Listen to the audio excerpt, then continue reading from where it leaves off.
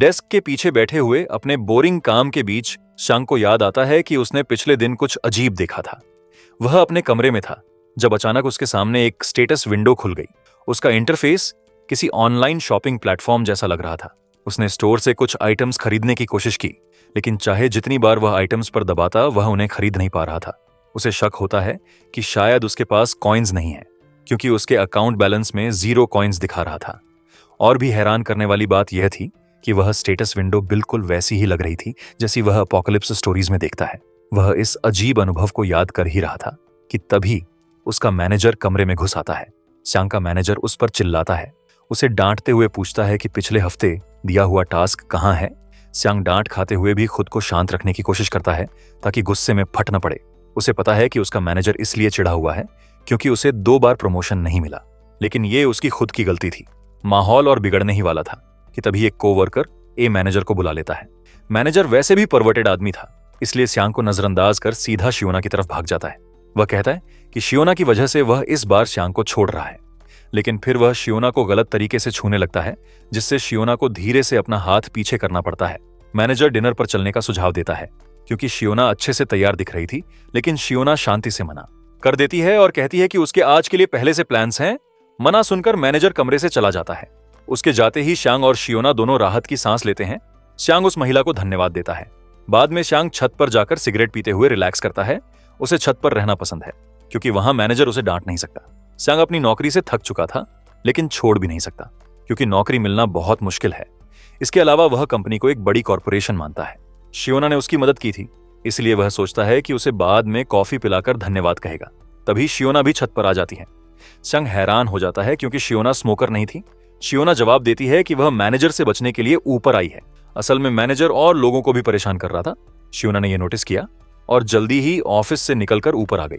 शियोना कहती है कि मौसम ठंडा लग रहा है। शांग मानता है कि थोड़ा अजीब है क्योंकि अभी तो समर है। शियोना कहती है कि उसे बहुत ठंड लग रही है और प्रूफ के लिए स्लीव्स ऊपर करके अपने गूज़बम्प्स दिखाती है। शांग को उतनी ठंड नहीं लग रही थी जितनी शियोना बता रही थी। शियोना कहती है कि वह अकेली नहीं है जिसे ऐसा लग रहा है, और अपने फोन पर एक वीडियो दिखाती है। वीडियो में अफ्रीका में बर्फबारी हो रही थी, जो वाकई अजीब था। शांग फोन लेकर वीडियो ध्यान से देखता है क्योंकि वह मानना नहीं चाहता था कि यह सच है। जब वह पक्का कर लेता है कि वीडियो असली है तो मानता है कि कहीं ना कहीं कुछ गड़बड़ है। तभी उन्हें मीटियोरोलॉजी डिपार्टमेंट से कोल्ड वेव की वार्निंग आती है। दोनों और ज्यादा कंफ्यूज हो जाते हैं क्योंकि समर में डिपार्टमेंट ऐसी वार्निंग क्यों देगा। वे सोचते हैं शायद डिपार्टमेंट हैक हो गया होगा, लेकिन अचानक सचमुच बर्फ की फुहारें गिरने लगती हैं और दोनों समझ जाते हैं कि वे बड़ी मुसीबत में हैं। उस दिन बाद में हर जगह बर्फ जम चुकी थी। ये बहुत अजीब था क्योंकि अभी तो समर था। शांग मानता है कि दुनिया पागल हो गई है। यही एक एक्सप्लेनेशन है। वह सोचता है कि अब नीचे जाकर निकल जाना चाहिए वरना ट्रैफिक बिगड़ जाएगा। शांग एलिवेटर तक पहुंचता है, लेकिन वे काम नहीं करता। वह ठंड में परेशान हो जाता है और मजबूरन सीढ़ियों से नीचे उतरने लगता है। चलते चलते उसे कल वाली स्टेटस विंडो याद आती है। स्टेटस विंडो और ये अजीब मौसम, दोनों को जोड़कर उसे अजीब सा एहसास होता है कि ये कनेक्टेड है। जब वह अपने ऑफिस फ्लोर पर पहुंचता है तो देखता है कि अब एलिवेटर काम कर रहा है, यानी वह टूटा नहीं था।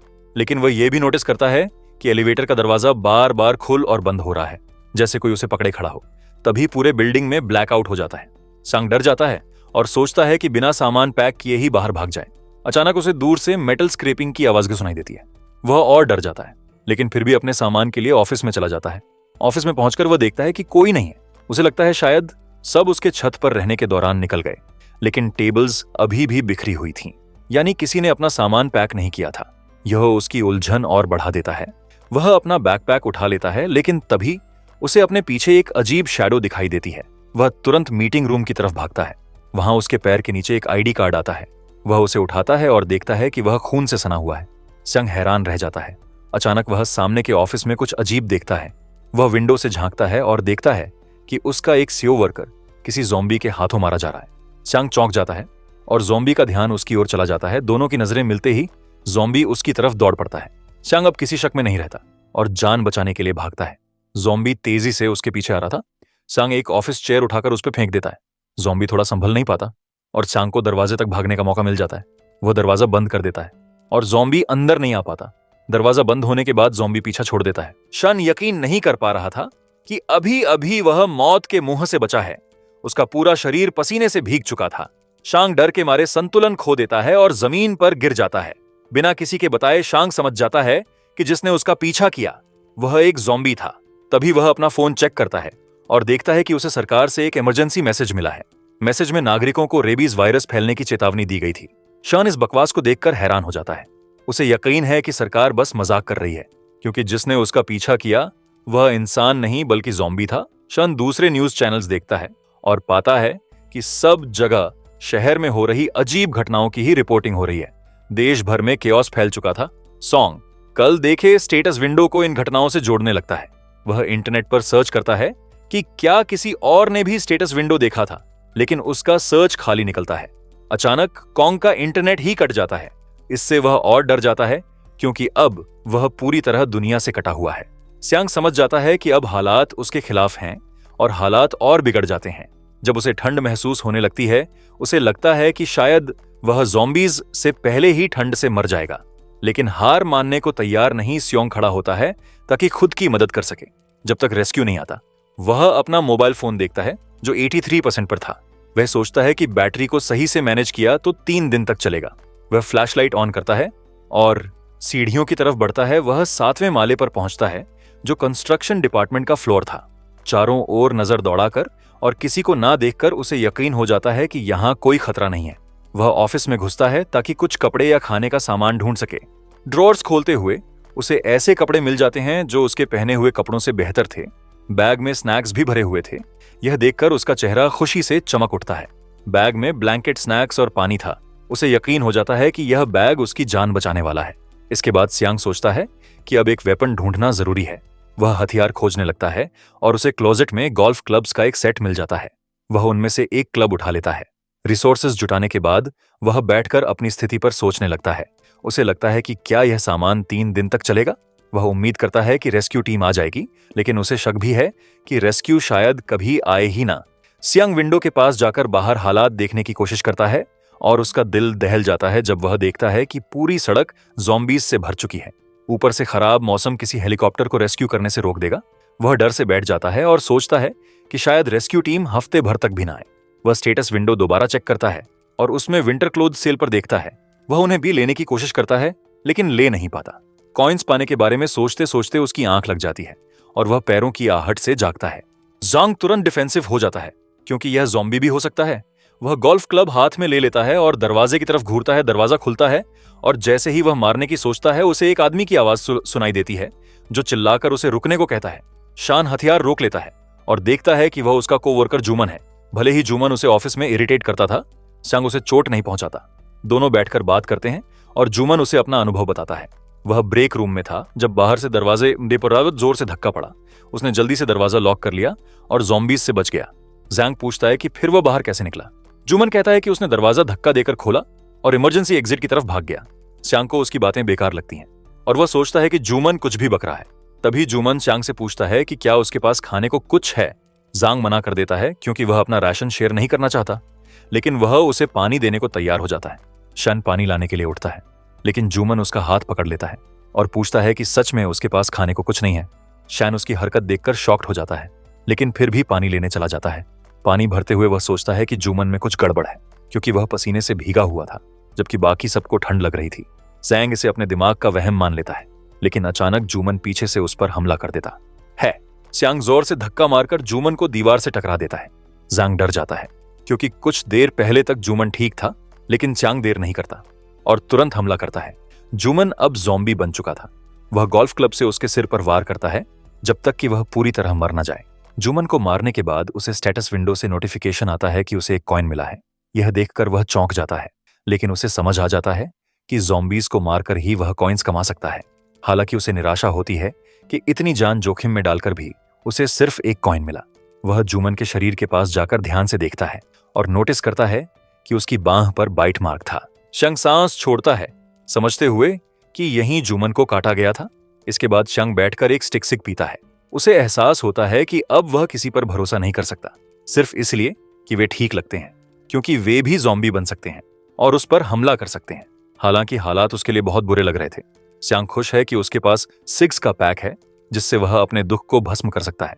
स्यांग अपने शरीर को ब्लैंकेट से ढकता है और सोचता है कि अगर उसे सप्लाईज ढूंढने हैं तो अब उसे मूव करना होगा। वह विंडो से बाहर देखता है और एक आदमी को बिल्डिंग से भागते हुए देखता है, लेकिन उसे ज़ॉम्बीज रौंद देते हैं। 1 मिनट भी नहीं बीता कि वह डेड आदमी भी ज़ॉम्बी बन जाता है। यह देखकर स्यांग डर जाता है और पीछे की तरफ लड़खड़ा जाता है। जितना स्यांग सोचता है उसे एहसास होता है कि वह 3 दिन से फंसा हुआ है। उसकी बैटरी भी 3% रह गई है। पिछले 3 दिन उसने सिर्फ विंडो से बाहर देखने में बिताए हैं ताकि एनर्जी कंजर्व कर सके। उसके पास अब भी कुछ स्नैक्स बची हैं जो उसे चलने के लिए पर्याप्त हैं। विंडो से देखते हुए उसने कई लोगों को बिल्डिंग से भागते देखा, लेकिन सब ज़ॉम्बी बन गए। हालांकि हालात भयानक दिख रहे थे। स्यांग अपने आप को बिल्डिंग में हमेशा रहने वाला नहीं मानता। उसे लगता है कि मूव करना जरूरी है। स्यांग मानता है कि बिल्डिंग में अभी भी सर्वाइवर्स होंगे और उसे ऐसे लोगों को ढूंढना है जिनसे वह रिलेट कर सके। वह एक टीम बनाना चाहता है ताकि वे मिलकर बिल्डिंग से निकल सकें। लेकिन उसका पहला पड़ाव है 6th फ्लोर। वह एंट्रेंस चेक करने का सोचता है। जैसे जुमन ने कहा था, जैसे ही वह मूव करने वाला होता है बिल्डिंग की पावर अचानक चालू हो जाती है। सांग चौंक जाता है। उसे उम्मीद होती है कि सब कुछ ब्राइट होगा, लेकिन सरप्राइज में वह देखता है कि बाहर पूरी तरह अंधेरा है। हालांकि यह डेड एंड था। सांग को यह सुकून देता है कि जनरेटर किसी ने चालू किया था, क्योंकि लाइट कभी भी बंद हो सकती है। सांग डिसाइड करता है कि सबसे पहले सर्वाइवर ढूंढना चाहिए। वह स्टेयर से नीचे जाने लगता है और सोचता है कि सर्वाइवर या तो मैनेजमेंट ऑफिस में होगा या सिक्योरिटी ऑफिस में। शुक्र है कि ये दोनों ऑफिसेज 1st फ्लोर पर हैं, जिससे काम थोड़ा आसान हो जाता है। जर्नी शुरू करने से पहले वह अपने शूज उतारता है ताकि किसी का ध्यान न जाए। फ्लोर से नीचे उतरते हुए वह एक ऑफिस चेक करता है और पाता है कि वह बैरिकेडेड है। एक्साइटमेंट से उसका चेहरा चमक उठता है, क्योंकि इससे पुष्टि होती है कि बिल्डिंग में सर्वाइवर्स हैं। हालांकि उसका मिशन 1st फ्लोर तक पहुंचना है, इसीलिए वह डिसाइड करता है कि सर्वाइवर को बाद में चेक करेगा। स्यांग अपनी जर्नी जारी रखता है और कुछ मिनटों तक उसे कोई ज़ॉम्बी नहीं मिलता। जब वह मेन लॉबी पहुंचता है तो वह डोर से बाहर झांकता है। उम्मीद करता है कि कोई ज़ॉम्बी नहीं होगा, लेकिन सरप्राइज में वो देखता है कि लॉबी में कई ज़ॉम्बीज घूम रहे हैं। इससे उसकी थ्योरी की पुष्टि होती है कि उस समय बिल्डिंग से बाहर निकलना केवल डेथ विश होगा, लेकिन वे खुश है कि बाहर के ज़ॉम्बीज अभी बिल्डिंग में नहीं आए। हालांकि उसे पता है कि डोर्स लंबे समय तक नहीं टिकेंगे। जब ज़ॉम्बीज ध्यान कहीं और लगा चुके हैं, वह बाहर कदम रखता है और भागता है। कुछ ही पल बाद वह मैनेजमेंट ऑफिस पहुंचता है, लेकिन ऑफिस में कोई सर्वाइवर नहीं है। उसे केवल एक अच्छे आदमी का शव मिलता है जो हर सुबह उसे ग्रीट करता था। वह हाइपोथर्मिया से मर चुका था। स्यांग उसके पास जाकर उसकी आंखें बंद करता है ताकि वह शांति से आराम कर सके। इसके बाद वह सिक्योरिटी ऑफिस की तरफ बढ़ता है, जो दूसरा स्थान है जहां सर्वाइवर हो सकता है। वह ऑफिस के डोर पर पहुंचता है और सोचता है कि उसे सावधान रहना होगा, क्योंकि सर्वाइवर इंट्रूडर्स के लिए ट्रैप्स तैयार कर सकता है, जो वह भी करता। उसे पता है कि नॉन हॉस्टाइल फिगर के रूप में खुद को दिखाना सर्वाइवल का सबसे अच्छा तरीका है। ज़ॉम्बीज चारों तरफ घूम रहे हैं, लेकिन उनकी कमजोर आईसाइट की वजह से वह आसानी से मूव कर सकता है। हालांकि ज़ॉम्बीज आवाज के प्रति ज्यादा सेंसिटिव हैं, इसीलिए स्यांग धीरे धीरे डोर पर नॉक ऑन करता है। कुछ देर नॉक करने के बाद वह डिसाइड करता है कि डोर खोलना चाहिए, क्योंकि जो भी अंदर है उसने समझ लिया होगा कि ह्यूमन डोर खोलने की कोशिश कर रहा है। जैसे ही वह डोर खोलता है, वह देखता है कि एक स्टिक उसकी तरफ उड़ती है, जैसे कि वह पहले से अटैक की उम्मीद कर रहा था। वह डॉज करता है और गोल्फ क्लब से इनकमिंग अटैक ब्लॉक करता है। हालांकि यह साउंड ज़ॉम्बीज को अट्रैक्ट कर देता है। ज़ॉम्बीज को अवेयर देख सर्वाइवर स्यांग को रूम में खींचता है और डोर बंद कर देता है। डोर लॉक होने के बाद दोनों एक दूसरे को घूरते हैं और वेपन्स हाथ में डिफेंसिव स्टांस में रखते हैं। स्यांग पूछता है कि वो ह्यूमन है। वो कहता है हाँ। सर्वाइवर भी स्यांग से यही सवाल करता है और स्यांग हाँ कहता है। स्यांग फिर बताता है कि वह इमरजेंसी जनरेटर चालू होने की वजह से आया। ट्रस्ट बनाने के लिए स्यांग अपना आईडी दिखाता है और अपना नाम और ऑफिस बताता है जहां वह अपोकलिप्स से पहले काम करता था। सर्वाइवर अपना नाम जोंग बताता है और बताता है कि वह डेवलपमेंट टीम में काम करता था। वहीं स्यांग सिर्फ यही वरीड है कि शायद जोंग को भी ज़ॉम्बी ने काट लिया हो और वह उसे क्लोथ्स के नीचे छिपा रहा हो। करीब से देखने पर स्यांग पाता है कि सर्वाइवर जुमन की तरह पसीना नहीं बहा रहा, बल्कि वह बहुत ठंडा लग रहा है। तभी स्यांग टेबल पर रखे बैकपैक को देखता है और सोचता है कि जोंग ने इतना सप्लाई क्यों जमा किया। वह मानता है कि शायद जोंग को काटा गया है और वह बहुत भूखा है, इसलिए उसने खाना जमा किया। हालांकि वह नहीं सोचता कि ज़ॉम्बी इन ट्रांजिशन इतना कंट्रोल रख सकता है। स्यांग सर्वाइवर की तरफ इशारा करता है, लेकिन पाता है कि उसने उसे और सस्पिशियस बना दिया। वह मूड लाइटन करने के लिए जोंग को सिगरेट ऑफर करता है। सर्वाइवर खुशी से स्यांग के साथ सिग शेयर करता है। जोंग पफिंग खत्म करता है और मानता है कि उसे फिर से जिंदा महसूस हो रहा है। स्यांग उसे आश्वासन देता है कि वह जानता है यह कैसा लगता है, क्योंकि इस हालात में सिग्स ही वो चीज है जो थोड़ी कंफर्ट देती हैं। इसके बाद स्यांग स्टारवेशन की बात करता है। यह सुनकर जोंग अपना बैकपैक खोलता है। स्यांग सप्लाईज की मात्रा देखकर समझ जाता है कि यह सब उसने स्टोर रूम से लिया होगा। जोंग उसे स्नैक्स देता है और कहता है कि धीरे धीरे खाना, वरना इंडिजेस्शन होगा। मंच करते हुए स्यांग पूछता है कि क्या उसने 2nd फ्लोर साफ किया। जोंग कहता है हाँ, क्योंकि अब वहां उन्हें खाने कोई नहीं आ रहा। यह सुन स्यांग जोर से हंस पड़ता है और जोंग भी हंसी में शामिल हो जाता है। फिर शांग पूछता है, सेकंड फ्लोर की हालत कैसी है? जोंग कन्फेस करता है कि हालात बहुत बुरे हैं। वो बताता है कि शुरू में वह एक कोलीग के साथ फंसा था और दोनों ने सप्लाईज शेयर की, लेकिन वह आदमी लगातार मूव करने की जिद कर रहा था। जोंग ने उसे रेस्क्यू का वेट करने को कहा, लेकिन उसने अनसुना किया और स्टबर्नली निकल गया। कुछ ही देर में वह इन्फेक्टेड हो गया। बाद में जोंग को भी कमरे से निकलना पड़ा क्योंकि उसकी बैटरी खत्म होने वाली थी। जब शांग पूछता है कि उसने ज़ॉम्बीज से कैसे एस्केप किया, तो जोंग बताता है कि उसने एक चीज दूसरी तरफ फेंकी ताकि ज़ॉम्बीज डिस्ट्रैक्ट हों और वह उल्टी दिशा से भाग निकला। संग उसकी इंजेन्युइटी से प्रभावित होता है और उसकी तारीफ करता है। फिर संग पूछता है कि क्या इमरजेंसी जनरेटर उसी ने चालू किया? जोंग हाँ कहता है। संग पूछता है क्यों? तो वो बताता है कि उसे अपना फोन और पावर बैंक चार्ज करना था। यह सुनकर श्यांग चौंक जाता है क्योंकि उसे लगता है डिवाइसेस चार्ज करने का अब कोई रीजन नहीं है। श्यांग की यह बात सुनकर जोंग शॉक हो जाता है और पूछता है क्या वह बिना इंटरनेट एक्सेस सर्वाइव कर रहा था। श्यांग कहता है कि कोई इंटरनेट नहीं है, लेकिन जोंग बताता है कि सैटेलाइट इंटरनेट अब भी अवेलेबल है। वह उसे बताता है कि स्पेस लिंक इंटरनेट अभी भी चल रहा है, हालांकि सर्वर्स कम बचे हैं। कुछ कम्युनिटीज अब भी एक्टिव हैं और उनसे बात की जा सकती है। यह सुन श्यांग दंग रह जाता है। जोंग वादा करता है कि अपना फोन चार्ज करने के बाद वह श्यांग का फोन भी चार्ज करने में मदद करेगा। थोड़ी देर में श्यांग अपना फोन चार्ज करता है और स्पेस लिंक से कनेक्ट करता है। यह देखकर वह शॉक हो जाता है। अब उसे दूसरी एक्टिव कम्युनिटीज भी दिखाई देती हैं। वह जोंग को इंटरनेट से कनेक्ट कराने और कम्युनिटीज के बारे में बताने के लिए धन्यवाद देता है। कुछ देर बाद जनरेटर स्पटर करता है और दोनों समझ जाते हैं कि पावर खत्म होने वाली है। जोंग पूछता है अब क्या करने का प्लान है? श्यांग जवाब देने ही वाला होता है कि जोंग कहता है वह यहीं रूम में रहने का इरादा रखता है। श्यांग उसकी बॉडी लैंग्वेज से समझ जाता है कि वह चाहता है कि श्यांग चला जाए। श्यांग समझता है कि जोंग ने यह रूम अपने लिए प्रिपेयर किया है और वो यहाँ सिर्फ एक अजनबी है। श्यांग को वैसे भी लगता है कि जोंग उसके लिए सही कंपेनियन नहीं है। श्यांग एक्सप्लोर करना चाहता है, जबकि जोंग यहीं टिकना चाहता है। उनके ऑब्जेक्टिव्स अलग हैं, इसीलिए श्यांग उसे बताता है कि वह जा रहा है। यह सुनकर जोंग राहत की सांस छोड़ता है और स्टिक नीचे रख देता है। फिर अपने बैकपैक से एक पावर बैंक और फ्लैशलाइट निकालकर श्यांग को देता है। कहता है कि यह उसका गिफ्ट है। श्यांग उसका शुक्रिया करता है और अप्रिशिएट करता है क्योंकि इस हालात में यह बहुत कीमती गिफ्ट है। बदले में श्यांग उसे 2 स्टिक्स सिगरेट देता है। अलविदा कहते हुए वह उम्मीद करता है कि वे दोनों फिर जिंदा मिलेंगे। श्यांग रूम से बाहर निकलता है और जानता है कि उसे जल्दी करनी होगी। इससे पहले कि पावर पूरी तरह चली जाए, वह ज़ॉम्बीज से बचते हुए स्टेयर्स तक पहुंचता है। सोचता है कि बेसमेंट में जाकर कंपनी की कार से एस्केप करे, लेकिन समझ जाता है कि अभी बिल्डिंग छोड़ना सबसे खराब डिसीजन होगा। श्यांग मानता है कि एस्केप का समय इवेंचुअली आएगा, लेकिन अभी निकलना रैश होगा। इसलिए वह ऊपर की ओर बढ़ने का डिसाइड करता है ताकि एस्केप से पहले जरूरी जानकारी इकट्ठी कर सके। स्टेयर्स चढ़ते हुए जनरेटर की पावर खत्म हो जाती है और सब फिर से अंधेरा हो जाता है, लेकिन श्यांग परेशान नहीं होता क्योंकि अब उसके पास फ्लैशलाइट है। वह उसे निकालकर धीरे धीरे ऊपर बढ़ता है। जब वह 6th फ्लोर पहुंचता है और आगे बढ़ने वाला होता है, तो उसे ऊपर से किसी के चलने की आवाज आती है। डर से उसे लगता है यह ज़ॉम्बी हो सकता है, लेकिन अब वह पीछे मुड़ने वाला नहीं। वह गोल्फ क्लब पकड़कर तैयार होता है कि फाइट करनी पड़ी तो करेगा। वह जल्दी रूफटॉप के पास पहुंचता है और राहत की सांस लेता है। जब देखता है ज़ॉम्बी ऊपर की ओर देख रहा है, वह सोचता है चुपचाप निकल जाएगा, लेकिन उसकी हैरानी की हद नहीं रहती जब ज़ॉम्बी अचानक मुड़कर उस पर कूदता है। श्यांग गोल्फ क्लब उठाकर उसे धकेल देता है और ज़ॉम्बी दीवार से टकराकर बड़ा डेंट बना देता है, लेकिन ज़ॉम्बी अभी खत्म नहीं हुआ। वह फिर से अटैक करता है। श्यांग जोर लगाकर गोल्फ क्लब से उसे मारता है और उसे नीचे की ओर सीढ़ियों पर गिरा देता है। फिर भी यह काफी नहीं होता। ज़ॉम्बी फिर से रेंगकर ऊपर चढ़ने लगता है। मजबूरन श्यांग उसके सिर पर लगातार वार करता है जब तक कि वह मर नहीं जाता। उसे स्टेटस विंडो से फिर एक कॉइन मिलता है। अब उसे पता चलता है कि ज़ॉम्बीज को मारकर ही कॉइन्स मिलते हैं जिससे वह आइटम्स खरीद सकता है। फिर वह नोटिस करता है कि उसके गोल्फ क्लब्स में से एक बार बार मारने से मुड़ गया है। वह कॉइन्स अब भी सेव करने का डिसाइड करता है, लेकिन सोच में पड़ जाता है कि यह ज़ॉम्बी आया कहां से, क्योंकि रूफटॉप तो बंद था। शायद यह किसी और फ्लोर से आया हो। तभी उसे एहसास होता है कि 7th फ्लोर, जहां जाने को लेकर वह एक्साइटेड था, शायद सेफ न हो। वह सावधानी से एक ऑफिस का दरवाजा खोलता है और राहत पाता है कि वहां कोई ज़ॉम्बी नहीं है। वह बैठकर पानी पीता है और आराम करता है। आराम करते हुए वह सोचता है कि यह ज़ॉम्बी काफी फास्ट था, लगभग किसी जंगली जानवर जैसा। उसे लगता है यह ज़ॉम्बी पहले भी इंसान के रूप में फास्ट रहा होगा।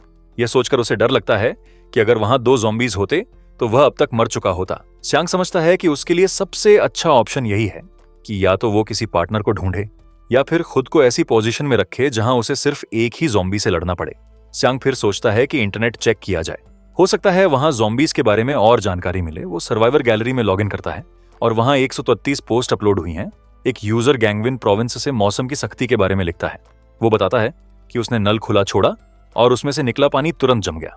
एक और यूजर बताता है कि उसे काट लिया गया है और वो ज़ॉम्बी में बदलने वाला है। अपलोड्स चेक करने के बाद स्यांग को निराशा होती है कि ज़ॉम्बीज पर कोई जानकारी नहीं मिली। अपनी तरफ से उसने ये समझा है कि ज़ॉम्बीज की नजर कमजोर है, लेकिन वो आवाज के प्रति बहुत सेंसिटिव हैं। वो तब तक जिंदा रहते हैं जब तक उनका सिर पूरी तरह से तबाह ना हो जाए। इसके अलावा अगर कोई ज़ॉम्बी काट ले तो इंसान भी ज़ॉम्बी बन जाता है। कम्युनिटी ग्रुप से कोई काम की जानकारी न मिलने पर उसने मान लिया कि सरकार गिर चुकी है। स्यांग को यह कड़वी हकीकत समझ आती है कि अब उसे बचाने कोई नहीं आएगा और उसे खुद ही इस काले और सख्त हालात में जीना होगा। 5वें दिन स्यांग को ज्यादा ठंड लगने लगती है और उसे समझ आता है कि इस रफ्तार से वो बीमार पड़ सकता है। वो ये होने नहीं देना चाहता क्योंकि इस हालत में जुकाम होना मतलब सीधी मौत। संग खड़ा होकर शरीर हिलाता है ताकि गर्मी पैदा हो। शांग जंपिंग जैक करके एक्सरसाइज करता है, फिर पूरा चॉकलेट बार खा जाता है क्योंकि शरीर एक्सरसाइज के बाद ज्यादा कैलोरी मांग रहा है। खाने के बाद वो अपने जूते कमरे में छोड़ देता है ताकि हल्का सफर कर सके और चलते वक्त आवाज भी कम हो। उसकी अगली योजना है कि खाना ढूंढा जाए। इससे पहले कि हालात और बिगड़े, उसे जोंग की कहानी याद आती है और उसे लगता है कि उसके ज़ॉम्बी बने सहकर्मी के बैग में खाना हो सकता है। वो डेवलपमेंट टीम के कमरे में पहुंचता है, लेकिन वहां कम से कम 4 ज़ॉम्बीज होते हैं और वो बैग सीधे उठाकर नहीं ले सकता। बिना बाकी के ध्यान में आए वो तय करता है कि एक एक करके ज़ॉम्बीज को खत्म करना होगा और फिर बैग लेना होगा। स्यांग कमरे के आसपास नजर दौड़ाकर ज़ॉम्बीज की लोकेशन समझने की कोशिश करता है। वो 3 ज़ॉम्बीज गिन पाता है, लेकिन उसे यकीन है कि एक और भी है। वो समझता है कि उसे बहुत सावधान रहना होगा ताकि किसी ज़ॉम्बी से अचानक आमना सामना न हो जाए। साथ ही वो टूल्स के बारे में सोचता है जिन्हें ज़ॉम्बीज के खिलाफ इस्तेमाल किया जा सके। स्यांग दूसरे ऑफिस में देखता है और किस्मत से उसे कुछ टूल्स मिल जाते हैं।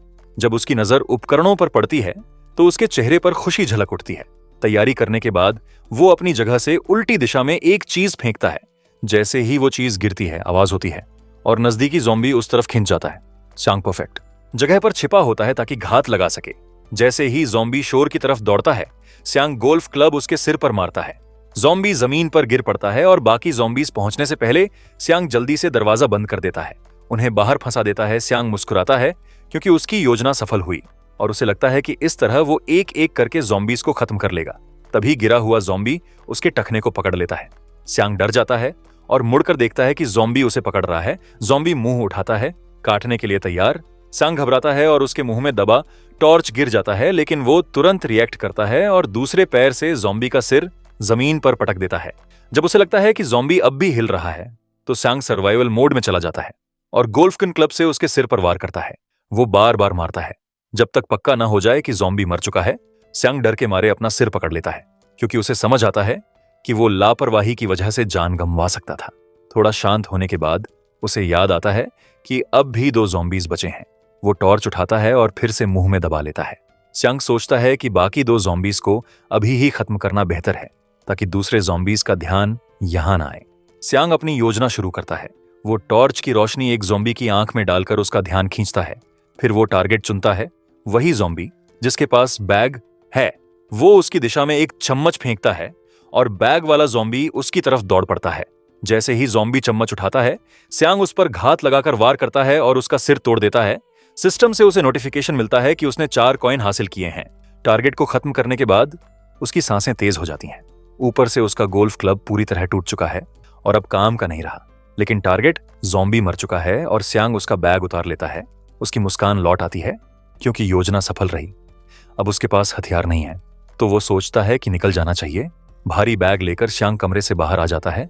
वो पूरे इलाके की तलाशी लेने का सोचता है क्योंकि अभी सब शांत है। थोड़ी देर में उसे न्यूट्रिशनल सप्लीमेंट्स की बोतल मिलती है। डेवलपमेंट टीम 1 का ऑफिस देखने के बाद वो सोचता है कि टीम 2 का ऑफिस भी देखना फायदेमंद रहेगा। अचानक उसे पीछे से आवाज आती है और वो डर जाता है। उसे डर है कि शायद ज़ॉम्बी हो और क्योंकि उसके पास हथियार नहीं है तो वो बच नहीं पाएगा। स्यांग तय करता है कि भागना ही बेहतर है। वो किसी तरह वापस ऑफिस लौट आता है और खुद को सुरक्षित मानकर शांत होता है। अब वो उस बैग की चीजें देखने लगता है जिसके लिए लगभग अपनी जान गंवा बैठा था। बैग में उसे 3 cup chips, 2 box Choco Pies, 1 tin cookies और 5 कप रेमन मिलते हैं। इसके अलावा 1 कैन कोला भी मिलता है। स्यांग तुरंत दुनिया का सबसे खुश इंसान महसूस करता है क्योंकि उसे समझ आता है कि ये राशन कम से कम 1 महीने तक चल सकता है। उसे लगता है कि जब तक पानी है ये राशन उसे 1 महीना निकाल लेगा। स्यांग पीछे बैठकर मानता है कि जो सामान उसे मिला वो वाकई जान जोखिम में डालने लायक था। जब शरीर से खुशी का असर उतर जाता है तो उसे फिर से ठंड लगने लगती है। पैरों के गीले होने से हालत और बिगड़ती है। वो खून धोने के लिए पैर धोने का फैसला करता है। ठंडे पानी से पैर धोते हुए वो और भी ठिठुर जाता है। उसने कभी नहीं सोचा था कि जिंदगी में बर्फ जैसे पानी से पैर धोने पड़ेंगे। अचानक उसे एहसास होता है कि उसके टखने पर चोट लगी है। स्यांग तुरंत घबराहट में आ जाता है। उसे समझ आता है कि ये चोट तब लगी थी जब ज़ॉम्बी ने उसका टखना पकड़ा था। स्यांग खुद को शांत करता है ये सोचकर कि उसे काटा नहीं गया। वो सिर्फ तभी ज़ॉम्बी बनेगा अगर काटा जाए। वो कम्युनिटी ग्रुप में जाकर इस बारे में जानकारी देखता है। स्यांग का चेहरा खुशी से खिल उठता है जब उसे पढ़ने को मिलता है कि ज़ॉम्बी के खरोंच से इंसान ज़ॉम्बी नहीं बनता। एक यूजर लिखता है कि उसे खरोंच आई थी और हफ्तों बाद भी वो ठीक है। वो राहत की सांस लेता है, लेकिन समझता है कि घाव का इलाज करना पड़ेगा क्योंकि वो खुल चुका है। उसके पैरों में ठंड बढ़ रही है और उसे डर है कि कहीं फ्रॉस्ट बाइट ना हो जाए। सवाल यह है कि वो अपने पैरों को कैसे गर्म करे। वो स्टेटस विंडो खोलता है और देखता है कि अब उसके पास 6 कॉइन हैं। सांग शॉप खोलकर स्क्रॉल करता है क्योंकि पिछली बार उसे वहां विंटर कपड़े दिखे थे। कपड़ों के सेक्शन में उसे विंटर क्लोथ्स 3 कॉइन में मिलते हैं, winter boots 3 coin, winter gloves 3 coin और विंटर हैट भी 3 कॉइन में। स्यांग ये देखकर टूट जाता है। उसे यकीन नहीं होता कि शॉप हर चीज अलग अलग बेच रही है। कोई चारा ना देखते हुए वो विंटर बूट्स खरीद लेता है। उसकी आंखें फैल जाती हैं जब बूट्स उसके सामने आ जाते हैं। स्यांग खुशी से उन्हें उठाता है। वो डर रहा था कि साइज फिट ना हो, लेकिन बूट्स बिल्कुल फिट बैठते हैं। बिना वक्त गंवाए वो बूट्स पहन लेता है और सोचता है कि शायद शॉप की चीजें उसी के हिसाब से कस्टमाइज होती हैं। लेकिन बूट्स पहनने के बाद उसे घाव याद आता है और समझता है कि बूट्स पैरों की ठंडक नहीं मिटा सकते। वो शॉप में और चीजें देखने लगता है और लगातार स्क्रॉल करता है। फिर वो एक हॉट पैक खरीद लेता है जिसकी कीमत 1 कॉइन है। स्यांग खुश होता है कि उसने ये ले लिया। भले ही उसे 1 कॉइन के लिए ये महंगा लगता है, लेकिन पैरों पर हॉट पैक रखते ही जो गर्माहट मिलती है वो उसके चेहरे पर मुस्कान ले आती है। 7वें दिन स्यांग पानी निकालने की कोशिश करता है, लेकिन उसे पता चलता है कि पानी की सप्लाई बंद हो चुकी है। उसने पहले से सोचा था कि ऐसा होगा, इसीलिए उसने बोतलों में 2 लीटर पानी स्टोर कर रखा था। उसे डर है कि यह बस 3 से 4 दिन चलेगा, फिर उसे और पानी ढूंढना पड़ेगा। वो थोड़ा आरामदायक महसूस कर रहा था, लेकिन अब पानी की सप्लाई खत्म होने से उसके हौसले टूट जाते हैं। स्यांग लेटकर सोचता है कि उसके साथ ही क्यों ऐसा हो रहा है। वो फोन चेक करता है कि शायद कोई काम की अपडेट मिले। ग्रुप में लोग भी शिकायत कर रहे हैं कि उनके घर में पानी की सप्लाई बंद हो गई है। एक यूजर लिखता है कि वो सुपरमार्केट जाने वाला है, चाहे कितना भी खतरनाक क्यों ना हो, और वादा करता है कि अगर वो बच गया तो ग्रुप में अपडेट देगा। अपडेट्स पढ़ने के बाद स्यांग देखता है कि पोस्ट्स की संख्या धीरे धीरे कम हो रही है। वो समझता है कि लोग हर दिन मर रहे हैं। ऊपर से अब वो खिड़की से देखने पर भी कोई सर्वाइवर नहीं देखता। स्यांग को डर है कि सब इसी रफ्तार से मिट जाएंगे, लेकिन साथ ही उसके अंदर ये उम्मीद भी रहती है कि कहीं और कोई सर्वाइवर जिंदा होगा। 8वें दिन वो उस यूजर को मैसेज करता है जो सुपरमार्केट गया था, लेकिन कोई जवाब नहीं आता। अब सबको पक्का हो जाता है कि वो मर चुका है।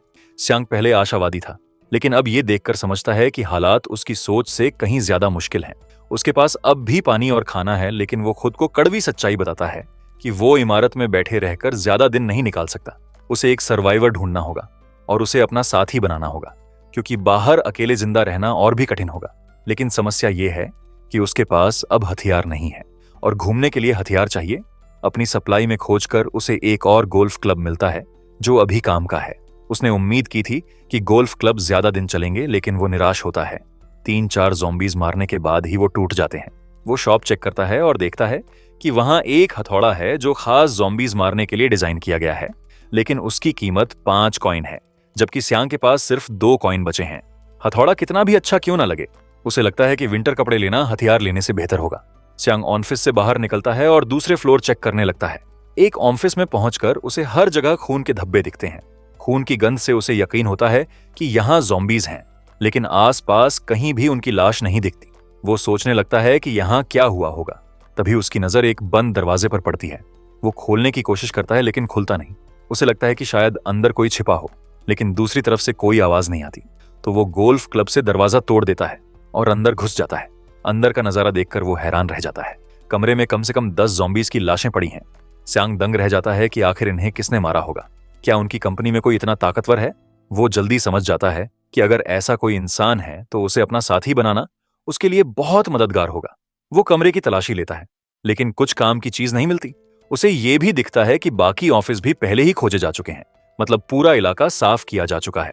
स्यांग ये कड़वी हकीकत मानता है कि उसका ऑफिस खोजने का प्रयास बेकार गया, लेकिन सवाल ये रह जाता है कि इतनी बारीकी से खोज किसने की। वो मानना नहीं चाहता कि ये सिर्फ एक इंसान का काम है। उसे लगता है कि कोई ग्रुप है जो ऐसा कर रहा है। अब उसके मन में सवाल आता है कि क्या वो लोग अब भी बिल्डिंग में हैं। तभी उसकी नजर एक नोट पर पड़ती है। नोट में लिखा होता है, अगर तुम ये पढ़ रहे हो तो मतलब तुम चौथी मंजिल तक जिंदा पहुंच गए हो। एक इंसान होने के नाते मुझे खुशी है, माफ करना, लेकिन मैंने चौथी मंजिल का सारा खाना ले लिया है। सिर्फ ब्रेक रूम मत देखना, मैंने सारे दराज भी खोज लिए हैं, इसीलिए अपनी मेहनत मत बर्बाद करना। और हाँ, सीनियर मैनेजिंग डायरेक्टर के ऑफिस का दरवाजा मत खोलना, मैंने ज़ॉम्बीज की लाशें वहीं ढेर की हैं। नोट में आगे लिखा होता है कि उसने एक शर्ट कैबिनेट में छोड़ी है जिसे कोई पहन सकता है। साथ ही चेतावनी दी है कि 5वीं मंजिल मत जाना। उसने लिखा है कि वो बिल्डिंग छोड़कर वेस्ट कोस्ट जा रहा है क्योंकि वो जगह ज़ॉम्बीज से बचाव के लिए अच्छी लगती है। उसने ये भी लिखा है कि 8वें दिन सुबह 10 बजे वो बिल्डिंग छोड़ चुका है। श्यांग ये पढ़कर चौंक जाता है। उसे समझ आता है कि ये नोट तो बस कल ही छोड़ा गया था। अगर वो पहले निकलता तो उस इंसान तक पहुंच सकता था। आगे पढ़ने पर उसे पता चलता है कि ये नोट अकाउंटिंग टीम के असिस्टेंट मैनेजर युन ह्युगजाई ने छोड़ा है। युन ने जो भी ये नोट पढ़े उसे गुड लक कहा है। श्यांग युन को पहचानता है क्योंकि दोनों एक ही साल के सहकर्मी रहे हैं। उसे पता चलता है कि युन स्पेशल फोर्स में था और इसी ट्रेनिंग से उसने आसानी से ज़ॉम्बीज खत्म कर दिए। श्यांग नोट का पिछला हिस्सा देखता है तो युन ने लिखा है कि उसने ऑफिस की दराज में किसी के लिए गिफ्ट और छोड़ा है। वो जल्दी से दराज खोलता है और उसमें कॉफी मिक्स पाता है। 10वें दिन की ज़ॉम्बी अपोकलिप्स में श्यांग खड़ा है उस वार्निंग को देखते हुए जो युन ने छोड़ी थी 5th फ्लोर के बारे में। वह सोचता है कि युन ने खास तौर पर 5th फ्लोर का जिक्र क्यों किया, क्योंकि ये प्रेसिडेंट का ऑफिस है और लॉजिकली यहाँ ज़ॉम्बी एक्टिविटीज कम होनी चाहिए। लेकिन श्यांग को यकीन है कि युन बिना किसी पक्के कारण के वार्निंग नहीं छोड़ सकता।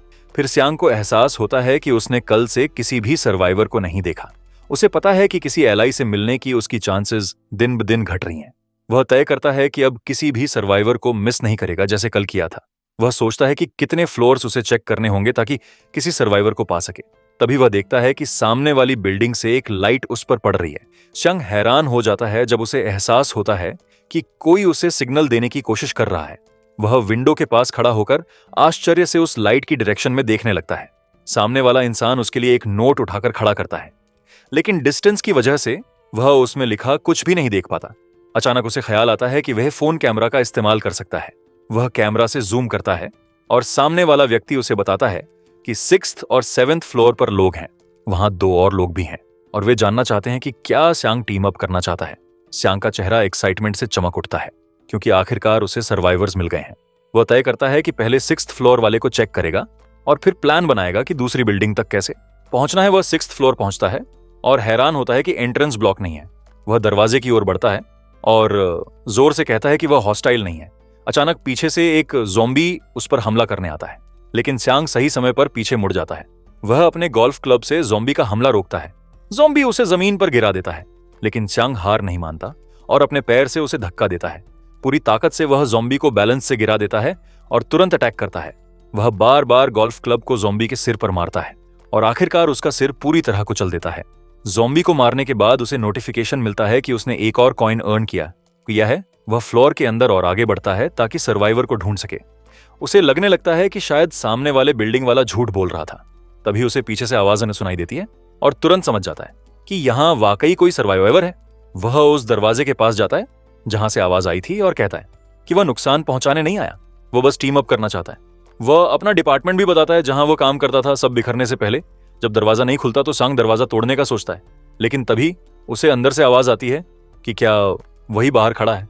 दरवाजा खुलता है और सामने एक औरत खड़ी होती है। दोनों एक दूसरे को देखकर शॉक्ड रह जाते हैं। औरत का नाम सियोना है। वह श्यांग को अंदर बुलाती है और अपना अब तक का एक्सपीरियंस बताती है। वह कहती है कि शुरुआत से ही वह यहीं छिपी हुई थी, लेकिन कल रात अचानक एक आदमी आया और जबरदस्ती दरवाजा खोलने लगा। सियोना को उस आदमी पर शक हुआ और उसने दरवाजा खोलने से मना कर दिया, लेकिन उसने जबरदस्ती एंट्री कर ली। अपनी सेफ्टी के लिए सियोना ब्रेक रूम में छिप गई और सिर्फ 1 घंटे में ही वह आदमी ज़ॉम्बी में बदल गया। श्यांग को एहसास होता है कि उसने अभी जिस ज़ॉम्बी को मारा था वही आदमी था। वह सियोना से पूछता है कि क्या उसके पास कोई वेपन है। सियोना उसे अपना स्पीयर दिखाती है जो मॉब से बनाया गया है। श्यांग को याद आता है कि जॉन्ग के पास भी कुछ ऐसा ही था। सियोना बताती है कि स्पीयर बहुत काम आता है और उस पर लगे खून को देखकर श्यांग समझ जाता है कि सियोना पहले ही कई ज़ॉम्बीज को मार चुकी है। लेकिन श्यांग सोचता है कि सियोना एक औरत है और वह सिर्फ एक लायबिलिटी बन जाएगी, क्योंकि अब दुनिया सिर्फ ज़ॉम्बीज से ही नहीं बल्कि प्लंडरर्स से भी खतरनाक है। जैसे ही वह जाने के लिए खड़ा होता है, सियोना उसका हाथ पकड़ लेती है और उससे विनती करती है कि वह उसे अकेला छोड़कर न जाए, क्योंकि वह अकेली सर्वाइव नहीं कर सकती। जब सियांग फिर भी हिचकिचाता है तो सियोना बताती है कि वह फेंसिंग करती थी। वह उसे बताती है कि उसने पूरे 6th फ्लोर के ज़ॉम्बीज खुद साफ किए हैं और बॉडीज दिखाने को भी तैयार है। सियांग ये सुनकर शॉक्ड हो जाता है। सियोना कहती है कि अगर उसने उसे छोड़ दिया तो वह पछताएगा। सियांग एक ही बार में इतनी सारी बातें सुनकर स्टन्ड हो जाता है। उसकी कॉम्बैट और सर्वाइवल स्किल्स सुनने के बाद सियांग को आखिरकार मानना पड़ता है और वह उसका हाथ मिलाकर टीम अप करने के लिए तैयार हो जाता है। दोनों के बीच अग्रीमेंट होने के बाद सियोना उसे अपना पूरा कलेक्टेड सप्लाई दिखाती है। वह हैरान होती है कि सियांग के पास पावर बैंक्स हैं और पूछती है कि क्या अभी भी कम्युनिकेशन काम कर रहा है। सियांग उसे स्पेस लिंक के बारे में बताता है। यह सुनकर सियोना कहती है कि उन्हें जितने पावर बैंक्स मिल सकते हैं सब इकट्ठा करने चाहिए। फिर सियांग उससे पूछता है कि उसने अब तक कितने ज़ॉम्बीज मारे हैं। सियोना बताती है कि 8 और सियांग ने अभी जो 1 मारा वह मिलाकर 9 हो गए। यह सुनकर सियांग खुश होता है कि उसने टीम अप करने का फैसला सही लिया। दोनों पूरा ऑफिस सर्च करते हैं लेकिन सिर्फ 2 पावर बैंक्स मिलते हैं। तभी सियांग डोर पर बने कुछ निशानों को देखता है। वह सियोना से पूछता है और सियोना मानती है कि शायद ये कल वाले ज़ॉम्बी ने छोड़े थे। सियांग और आगे सर्च करता है और उसे एक वर्नियर कैलिपर मिलता है। उसे देखकर वह खुश हो जाता है क्योंकि यह सॉलिड मेटल है और वह इसे ज़ॉम्बीज को मारने के लिए इस्तेमाल कर सकता है। वह काफी समय से एक वेपन ढूंढ रहा था और अब उसे एक मिल गया है, लेकिन उसे चिंता होती है कि कैलिपर बहुत छोटा है। तभी सियोना मुस्कुराती है और शांग से कहती है कि उसके पास एक आइडिया है। वह कैलिपर को उससे लेकर अपने स्पीयर से बांध देती है। इससे शांग के पास अब एक और ज्यादा यूजफुल और एफिशिएंट वेपन हो जाता है। अब वह इसे स्पीयर की तरह स्टैब भी कर सकता है और स्विंग भी कर सकता है। सियोना गर्व से कहती है कि उसके साथ आने का फैसला सही था। सियांग उसकी इंजेन्युइटी की तारीफ करता है और समझ जाता है कि अगर उसकी टीम होगी तो उसे ऐसे ही और फायदे मिलेंगे। फिर जब वह उनके पास पड़े फूड को देखता है तो उसे एहसास होता है कि अब उन्हें कुछ समय तक खाने की दिक्कत नहीं होगी। वह एक फ्राइंग पैन को नोटिस करता है और सियोना से पूछता है कि वह इसके साथ क्या कर रही है। सियोना मानती है कि वह इसे ऑफिस लेकर आई थी ताकि बाद में वापस करके रिफंड ले सके, क्योंकि उसे उसका कलर पसंद नहीं था, लेकिन हालात बिगड़ने से पहले वह ऐसा नहीं कर पाई। सियांग उसे बताता है कि फ्राइंग पैन यूजफुल होगी क्योंकि उससे बाद में बर्फ पिघलाकर पीने का पानी बनाया जा सकता है। तभी सियोना पूछती है कि उसे कैसे पता चला कि वह यहाँ है। सियांग बताता है कि सामने वाली बिल्डिंग से एक आदमी ने उसे बताया था। वह समझाता है कि उन्होंने लाइट से सिग्नल किया और फिर नोट पर मैसेज लिखा। उसने उसकी पिक्चर लेकर उसे जूम किया और दिखाता है। सियोना सस्पिशियस हो जाती है और कहती है कि आज किसी अननोन व्यक्ति के साथ टीम अप करना रिस्की हो सकता है। सियोना समझाती है कि उसने सिर्फ सियांग के साथ इसलिए जाने का फैसला किया क्योंकि उसे लगता है कि उसे कोई और ट्रस्टवर्दी इंसान नहीं मिलेगा। वह सिर्फ यह सोच समझकर कदम रख रही है कि किस तरह का टीममेट चुने। उसकी बात सुनकर सियांग सजेस्ट करता है कि सामने वाली बिल्डिंग वालों के साथ टीम अप का आइडिया छोड़ देना चाहिए। सियोना उसका ओपिनियन मानने के लिए उसे थैंक करती है। फिर सियोना मैनेजर चॉय का जिक्र करती है और कहती है कि शायद वह अब भी जिंदा है। यह सुनकर सियांग शॉक्ड हो जाता है। सियोना बताती है कि पहले दिन वह चॉय के साथ थी, लेकिन बाद में वह भाग गया। वह ब्रेक रूम में छिपी थी और चॉय बाथरूम में चॉय ने उससे मदद मांगी, लेकिन डर की वजह से उसने मना कर दिया। बाद में उसने कंफर्म किया कि चॉय भाग गया था। सियांग पूछता है कि वह कब गया था और सियोना बताती है कि दूसरे दिन की रात, क्योंकि सियांग कुछ फ्लोर्स एक्सप्लोर कर चुका है और चॉय को नहीं देखा। वह मानता है कि चॉय शायद अभी 3rd या 5th फ्लोर पर छिपा है। उसी रात जब सियोना सो रही होती है, सियांग सोचता है कि सामने वाली बिल्डिंग वाले शायद चॉय के साथ टीम अप कर लें। अगर उसने जल्दी जवाब नहीं दिया, उसे डर लगता है कि बाद में चॉय और वह ग्रुप आकर उस पर और सियोना पर हमला कर सकते हैं। वह परेशान तो होता है, लेकिन अंत में सोचता है कि उन चीजों की चिंता करने का कोई फायदा नहीं जो उसके कंट्रोल में नहीं है। उसे खुशी होती है कि अब उसके पास और कॉइन्स हैं और वह सोचता है कि और गियर खरीदना चाहिए।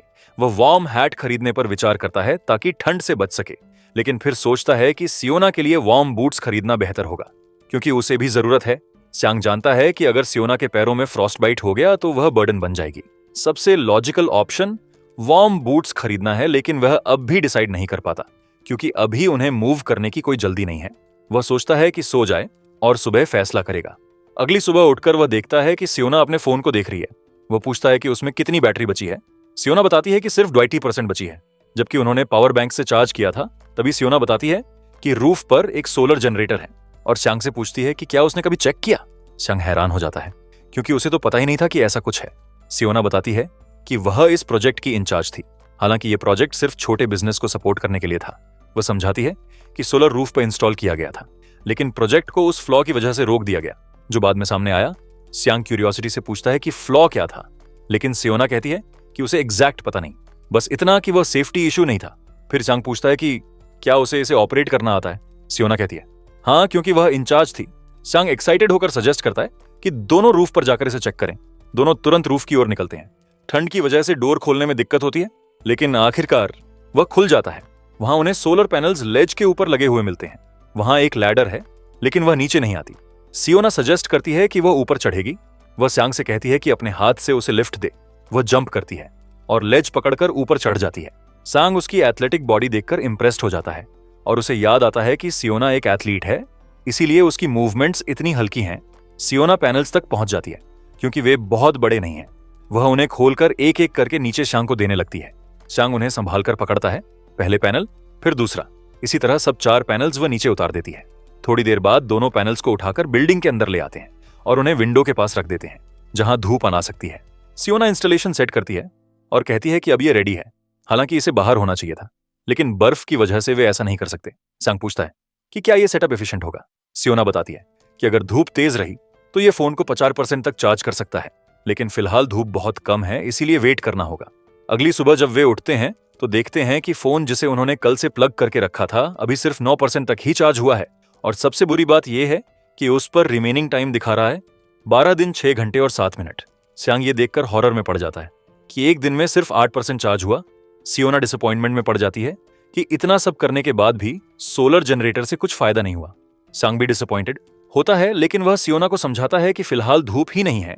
फिर भी सियोना का दिल टूट जाता है, लेकिन श्यांग उसे कहता है कि इससे उसे एक चीज क्लियर हो गई है कि ऑफिस छोड़ने के बाद उन्हें कहां जाना चाहिए। वह कंपनी के वेयरहाउस की बात करता है जहां उन्हें फूड इंग्रेडिएंट्स और सर्वाइवल टूल्स मिल सकते हैं। सियोना श्यांग के सुझाव से खुश हो जाती है, लेकिन उसके सामने यह समस्या रह जाती है कि वे वहां कैसे पहुंचेंगे। श्यांग उसे कहता है कि अगर कार का जीपीएस काम नहीं करता तो उन्हें फोन पर मैप इस्तेमाल करना होगा, लेकिन बैटरी लो होने की दिक्कत अभी भी है। श्यांग सोचता है कि शायद पेपर पर मैप बना लेने से मदद हो जाए। सियोना उसे कहती है कि वो उसके किसी भी प्लान के लिए तैयार है। सियोना बताती है कि कंपनी का वेयरहाउस उसके घर के पास ही है और क्योंकि वो अक्सर वॉक पर जाती थी तो उसने उसे कई बार देखा है। उसे रास्ता भी अच्छे से पता है। श्यांग खुशी से मुस्कुराता है और कहता है कि उसे बहुत अच्छा लग रहा है कि वे दोनों साथ आए। सियोना भी खुश है क्योंकि उसे पार्टनर मिलने से खुद को स्ट्रांग लग रहा है। श्यांग मानता है कि उसके साथ टीम बनाना सच में अच्छा फैसला था, क्योंकि सियोना बहुत सारे काम करना जानती है और मेहनत करने से पीछे नहीं हटती। उसे एहसास होता है कि उसके पैर ठंड से जम रहे होंगे, लेकिन फिर भी उसने कभी उसके बूट्स लेने की कोशिश नहीं की। तभी श्यांग अचानक सियोना से उसका शू साइज पूछता है। सियोना इस अचानक सवाल से हैरान हो जाती है। श्यांग झूठ बोलता है कि उसने कुछ बूट्स देखे थे और उसके लिए लाने का सोच रहा था। सियोना ये सुनकर खुश हो जाती है और तुरंत अपना साइज बता देती है। श्यांग को अच्छा लगता है कि वो खुश है। सियोना कहती है कि वो उसके साथ जाकर बूट्स ले आएगी, लेकिन श्यांग मना कर देता है और कहता है कि वो खुद ही जाएगा। थोड़ी देर बाद श्यांग बूट्स लेकर लौटता है और वो सियोना को परफेक्टली फिट हो जाते हैं। सियोना खुशी से बातें करती रहती है। तभी अचानक श्यांग के सामने एक स्टेटस विंडो खुलती है जिसमें लिखा आता है कि उसने एक पार्टी बना ली है। अब पार्टी मेंबर्स से कमाए गए कॉइन्स भी उसे मिलेंगे। श्यांग ये देखकर हैरान हो जाता है और सोचने लगता है कि शायद विंडो शॉप ही सब कुछ नहीं है। उसे समझ आता है कि अगर उसके पास और पार्टी मेंबर्स हुए तो ये उसके लिए बहुत बड़ा फायदा होगा, लेकिन उसे ये नहीं पता कि ये काम कैसे करता है। वो सोचता है शायद इसलिए क्योंकि उसने सियोना को शॉप से खरीदी चीज गिफ्ट की। सियोना उसे थैंक करती है, लेकिन श्यांग अपने ही थॉट्स में खोया रहता है। सियोना उसकी तरफ इशारा करके उसका ध्यान खींचती है। वो पूछती है कि वो ठीक है या नहीं, क्योंकि वो अचानक खो गया था। श्यांग झूठ बोलता है कि उसे बस थोड़ा चक्कर आ गया था। कहता है कि उसने ठीक से खाना नहीं खाया। सियोना सजेस्ट करती है कि उन्हें कुछ खाना चाहिए। श्यांग ये नोटिस करता है कि सियोना ने स्टेटस विंडो नहीं देखी, मतलब ये सिर्फ उसे ही दिखती है। वो सियोना से अग्री करता है कि उन्हें खाना चाहिए और फिलहाल इस बारे में और सोचने से बचता है। सर्वाइवल के 14वें दिन श्यांग और सियोना के पास 3 दिन से पानी नहीं है। श्यांग को बहुत प्यास लगती है और वो सियोना से कहता है कि उन्हें स्नो मेल्ट करनी होगी। सियोना पेपर्स और डॉक्यूमेंट्स लाने चली जाती है। श्यांग सजेस्ट करता है कि उन्हें फायर रूफ पर जलानी चाहिए ताकि बिल्डिंग को जलने का खतरा ना हो। सियोना पेपर्स लेकर आती है, लेकिन श्यांग बाहर फायर जलाने में हेजिटेंट होता है। उसे लगता है स्मोक प्लंडरर्स को अट्रैक्ट कर सकती है, लेकिन पानी पीने की इच्छा उस डर से बड़ी निकलती है। श्यांग फायर जलाता है और पेपर्स जलने लगते हैं। दोनों पहले आग से खुद को गर्म करते हैं, फिर फ्राइंग पैन में स्नो भरकर रखते हैं। जब वो पिघलती है तो आखिरकार उन्हें पीने का पानी मिल जाता है। श्यांग को राहत मिलती है क्योंकि बहुत समय बाद उसे वार्म वाटर मिला है। सियोना भी कहती है कि कितना अच्छा लग रहा है और वो लगभग भूल ही गई थी कि गर्माहट कैसी लगती है। दोनों एक दूसरे पर गर्व करते हैं और सर्वाइवल के लिए एक दूसरे को मोटिवेट करते हैं। अगली सुबह सियोना घबराकर उठती है। सांग खड़ा होकर पूछता है कि क्या हुआ। सियोना सामने वाली बिल्डिंग की तरफ इशारा करती है और कहती है, देखो सामने वाले लोगों ने उन्हें मैसेज छोड़ा है। सांग पूछता है कि उसमें क्या लिखा है। पता चलता है कि वो लोग अपनी बिल्डिंग छोड़कर उनके पास आना चाहते हैं। सांग तुरंत सतर्क हो जाता है और सियोना से पूछता है कि उसने ये मैसेज कब देखा। सियोना बताती है कि अभी अभी, क्योंकि वो अभी जागी ही थी। सामने वाले लोग बहुत तेजी से मूव कर रहे थे। सांग को शक होता है कि शायद वो ये सोचकर आ रहे हैं कि उनके पास बहुत रिसोर्सेज हैं। वो समझ नहीं पा रहा कि वो अच्छे लोग हैं या बुरे। दोनों डिसाइड करते हैं कि रिस्क लेना सही नहीं है। बात करते करते उन्हें एहसास होता है कि सामने वाले 3 लोग बिल्डिंग से बाहर निकल चुके हैं। उनके चेहरे मास्क से ढके हैं और उनके पास स्लेज हैमर और शील्ड है। स्यांग और सियोना को समझ आ जाता है कि उन्हें प्रॉब्लम होने वाली है। स्यांग तुरंत सजेस्ट करता है कि उन्हें सामान पैक करना चाहिए। उधर वो 3 लोग बाहर ज़ॉम्बीज को वेपन्स और स्ट्रैटेजी से खत्म कर रहे हैं। स्यांग को यकीन नहीं होता कि वो कितनी तेजी से मूव कर रहे हैं और उनकी फाइटिंग बहुत कोऑर्डिनेटेड है। वो अंदाजा लगाता है कि वो लोग लगभग 15 मिनट में यहां पहुंच जाएंगे। स्यांग जल्दी से सामान पैक करता है और सियोना से पूछता है कि उसका हो गया या नहीं। सियोना कहती है कि वो ऑलमोस्ट डन है। इसी बीच वो तीनों एक बड़े ज़ॉम्बी हॉर्ड से टकराते हैं और डरकर सीधी लड़ाई करने के बजाय भागना चुनते हैं। वो ज़ॉम्बीज से बचते हुए कंपनी की बिल्डिंग में घुस जाते हैं, वही दरवाजा जो बाहर के ज़ॉम्बीज को अंदर आने से रोक रहा था। सियोना पैक खत्म करती है और सोलर सेटअप की तरफ इशारा करती है, लेकिन स्यांग कहता है कि उसे भूल जाओ। सियोना परेशान होती है क्योंकि उसके बिना उनके पास इलेक्ट्रिसिटी नहीं होगी, लेकिन स्यांग रिमाइंड करता है कि सर्वाइवल पहले आता है। आखिरकार सियोना मान जाती है और दोनों बाहर निकल जाते हैं। जैसे ही वो बाहर आते हैं, उन्हें एहसास होता है कि सामने वाले 3 लोग ऊपर की ओर आ रहे हैं। स्यांग सोचता है कि उनके लिए बेस्ट जगह कहां होगी। रूफ डिफेंस के लिए आसान लगेगा, लेकिन ठंड की वजह से लॉन्ग टर्म में नुकसान होगा। स्यांग सजेस्ट करता है कि वो लोग 6th फ्लोर पर जाएं। वो सियोना से कहता है कि उन्हें एंट्रेंस ब्लॉक करनी होगी और होल्ड करना होगा। सियोना अग्री करती है। दोनों तीनों अजनबियों के आने के लिए खुद को तैयार करते हैं। इंतजार करते करते उन्हें समझ आता है कि वो ट्रियो सर्वाइवर्स की तलाश कर रहा है। जैसे ही वो नजदीक आते हैं तो तुरंत 5th फ्लोर पर पहुंच जाते हैं। स्यांग सियोना से कहता है कि तैयार हो जाओ क्योंकि वो करीब है। तभी उन्हें एहसास होता है कि ट्रियो ऊपर नहीं आ रहा, जिससे वो हैरान रह जाते हैं। सियोना जल्दी से सांग से कहती है कि कुछ तो गड़बड़ है। तभी अचानक उनके बगल में जोरदार धमाका होता है, जिससे दोनों गिर जाते हैं। दोनों उठकर एक दूसरे को देखते हैं कि सब ठीक है या नहीं। सांग को समझ नहीं आता कि जब उन्हें पता है कि यहां सिर्फ 2 लोग हैं तो ट्रियो एक्सप्लोजिव्स का इस्तेमाल क्यों करेगा। अचानक सांग को याद आता है वो वार्निंग नोट जो सर्वाइवर ने छोड़ा था, जिसमें लिखा था कि 5th फ्लोर पर मत जाना। उसे यह भी याद आता है कि सियोना ने कहा था शायद मैनेजर चॉय जिंदा हो। इसका मतलब यह साफ है कि ट्रियो या तो 3rd फ्लोर पर है या 5th फ्लोर पर। सांग सजेस्ट करता है कि उन्हें नीचे जाकर चेक करना चाहिए। सियोना हैरान हो जाती है और सोचती है क्या ये सही आइडिया है। सांग कहता है हाँ, क्योंकि उसे बस एक हंच हुआ है। वो दोनों नीचे वाले फ्लोर पर पहुंचते हैं और पाते हैं कि पूरा एरिया तहस नहस हो चुका है। सांग उसे सतर्क रहने को कहता है। तभी सियोना पास की ओर इशारा करती है। दोनों देखते हैं कि वहां लाशें पड़ी हैं। सांग उसे पीछे रहने को कहता है और खुद बॉडीज देखने जाता है। वहां सिर्फ 2 बॉडीज मिलती हैं, जिससे मिस्ट्री और बढ़ जाती है क्योंकि वहां दोबारा एक्सप्लोसिव्स का कोई निशान नहीं मिलता। सांग सोच में पड़ जाता है। वो नोटिस करता है कि डोर पूरी तरह उड़ चुका है। वो आगे बढ़ता है और तभी उसे एक आवाज न सुनाई देती है जो धमकी दे रही होती है। सांग आवाज पहचान लेता है कि ये चॉय की है। उसकी असम्पशन सही निकलती है कि एक्सप्लोजन के पीछे चॉय ही था। सांग कमरे में जाता है और देखता है कि चॉय एक चेयर के नीचे फंसा है। सांग दहशत में आ जाता है जब उसे पता चलता है कि चॉय की टांगें गायब हैं। चॉय चिल्लाकर सांग से मदद मांगता है। वो बच्चे की तरह गिड़गिड़ाता है कि वो मरना नहीं चाहता। वो सांग से कहता है कि बस एक बार उसकी मदद कर दो। सांग कंफ्यूज्ड खड़ा रहता है। तभी सियोना उसके पास आ जाती है। वो चॉय को तब नोटिस करती है जब उसकी आवाज सुनती है। वो मुड़कर चॉय को देखती है और डर जाती है। चॉय लगातार मदद मांगता रहता है, लेकिन सांग आखिरकार कहता है कि वो कुछ नहीं कर सकते क्योंकि उनके पास मेडिसिन नहीं है और वो डॉक्टर्स नहीं है। चॉय दर्द से चिल्लाता है और कहता है कि वो जीना चाहता है। अचानक वो कहता है कि उसके पास एक तरीका है। वो बताता है कि ज़ॉम्बीज अनडेड हैं और सजेस्ट करता है कि उसे इन्फेक्ट कर दो ताकि वो ना मरे। यहां तक कि वो ये भी कहता है कि उसे 1st फ्लोर पर ले चलो ताकि वो खुद को बाइट करवा ले।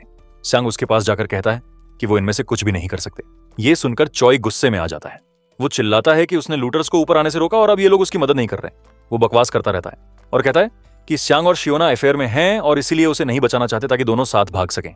चॉय दावा करता है कि सियोना पहले उसके पीछे पड़ी रहती थी और अब सांग के पीछे है। वो उसे गाली देता है और कहता है कि अब दोनों को साथ मरना चाहिए। कमरे में बचा हुआ एक और एक्सप्लोसिव उसकी नजर में आता है और वो रेंगते हुए उसकी और बढ़ने लगता है। तभी अचानक पीछे से उसे एक मेकशिफ्ट मॉप भेज देता है। इसके बाद सियांग और शियोना मरे हुए लोगों का सामान चेक करते हैं और कंफर्म करते हैं कि वो सच में लूटर्स थे, लेकिन उन्हें उनमें से कोई काम की चीज नहीं मिलती। उनका शील्ड एक्सप्लोजन से टूट चुका है और काम का नहीं रहा, और हैमर बहुत भारी है, जिससे सांग कंफ्यूज होता है कि इसे ले या नहीं। और तभी सांग कहता है कि वैसे भी चॉय मरने ही वाला था। वो समझाता है कि एक्सेसिव ब्लड लॉस और शॉक से वो धीरे धीरे मर जाता, इसीलिए उसे मार देना एक तरह से मर्सी थी। वो शियोना से कहता है कि उसे गिल्टी होने की जरूरत नहीं है। शियोना फिर कहती है कि शायद उन्हें चॉय को ज़ॉम्बी में बदल देना चाहिए था, जैसा उसने मांगा था, लेकिन सियांग जवाब देता है कि तब भी उन्हें उसे मारना ही पड़ता। शियोना मान जाती है और कहती है कि उसकी डिडक्शन सही है। तभी शियोना बाहर की ओर इशारा करती है। हॉर्ड ऑफ ज़ॉम्बीज बिल्डिंग में घुस चुका होता है, क्योंकि अब उन्हें रोकने वाला कुछ नहीं है। बाद में कम्युनिटी ग्रुप उस एक्सप्लोजन की चर्चा करता है। सब कंफ्यूज होते हैं कि धमाका क्यों हुआ और उसके बाद ज़ॉम्बीज क्यों बढ़ गए। सियांग ये देखकर तुरंत चिंतित हो जाता है और शियोना से कहता है कि अब और लूटर्स यहां आएंगे और इसके अलावा ज़ॉम्बी हॉर्ड भी संभालना होगा। सियांग कहता है कि वो ज़ॉम्बीज को मॉनिटर कर रहा था और भले ही कुछ हट गए हों, लेकिन ज्यादातर अब भी आसपास ही हैं। उसे चिंता होती है कि लॉबी में उनके लिए हिलने की भी जगह नहीं है। सियांग शियोना से कहता है कि उन्हें प्लानिंग शुरू करनी होगी और ज्यादा से ज्यादा अगले दिन तक निकलना होगा, वरना ज़ॉम्बीज इमरजेंसी एग्जिट भी ब्लॉक कर देंगे। शियोना अग्री करती है और सियांग सजेस्ट करता है कि उन्हें फर्स्ट फ्लोर की स्थिति देखनी चाहिए। वो दोनों फ्लैश लाइट्स अपने सिर पर लगाकर चलते हैं ताकि आसानी से मूव कर सकें। तभी शियोना अचानक रुककर पूछती है कि क्या उसने कोई आवाज सुनी। सियांग ध्यान से सुनता है और उसे पता चलता है कि आवाज ऊपर से आ रही है। वो थोड़ा आगे बढ़ते हैं और देखते हैं कि सामने वाले ऑफिस में एक ज़ॉम्बी है। शियोना डर जाती है और सोचती है क्या चॉय ज़ॉम्बी बन गया, लेकिन सियांग उसे भरोसा दिलाता है कि चॉय मर चुका है। वो याद दिलाता है कि उसका सिर भेद दिया गया था, तो उसके ज़ॉम्बी बनने का कोई चांस नहीं है।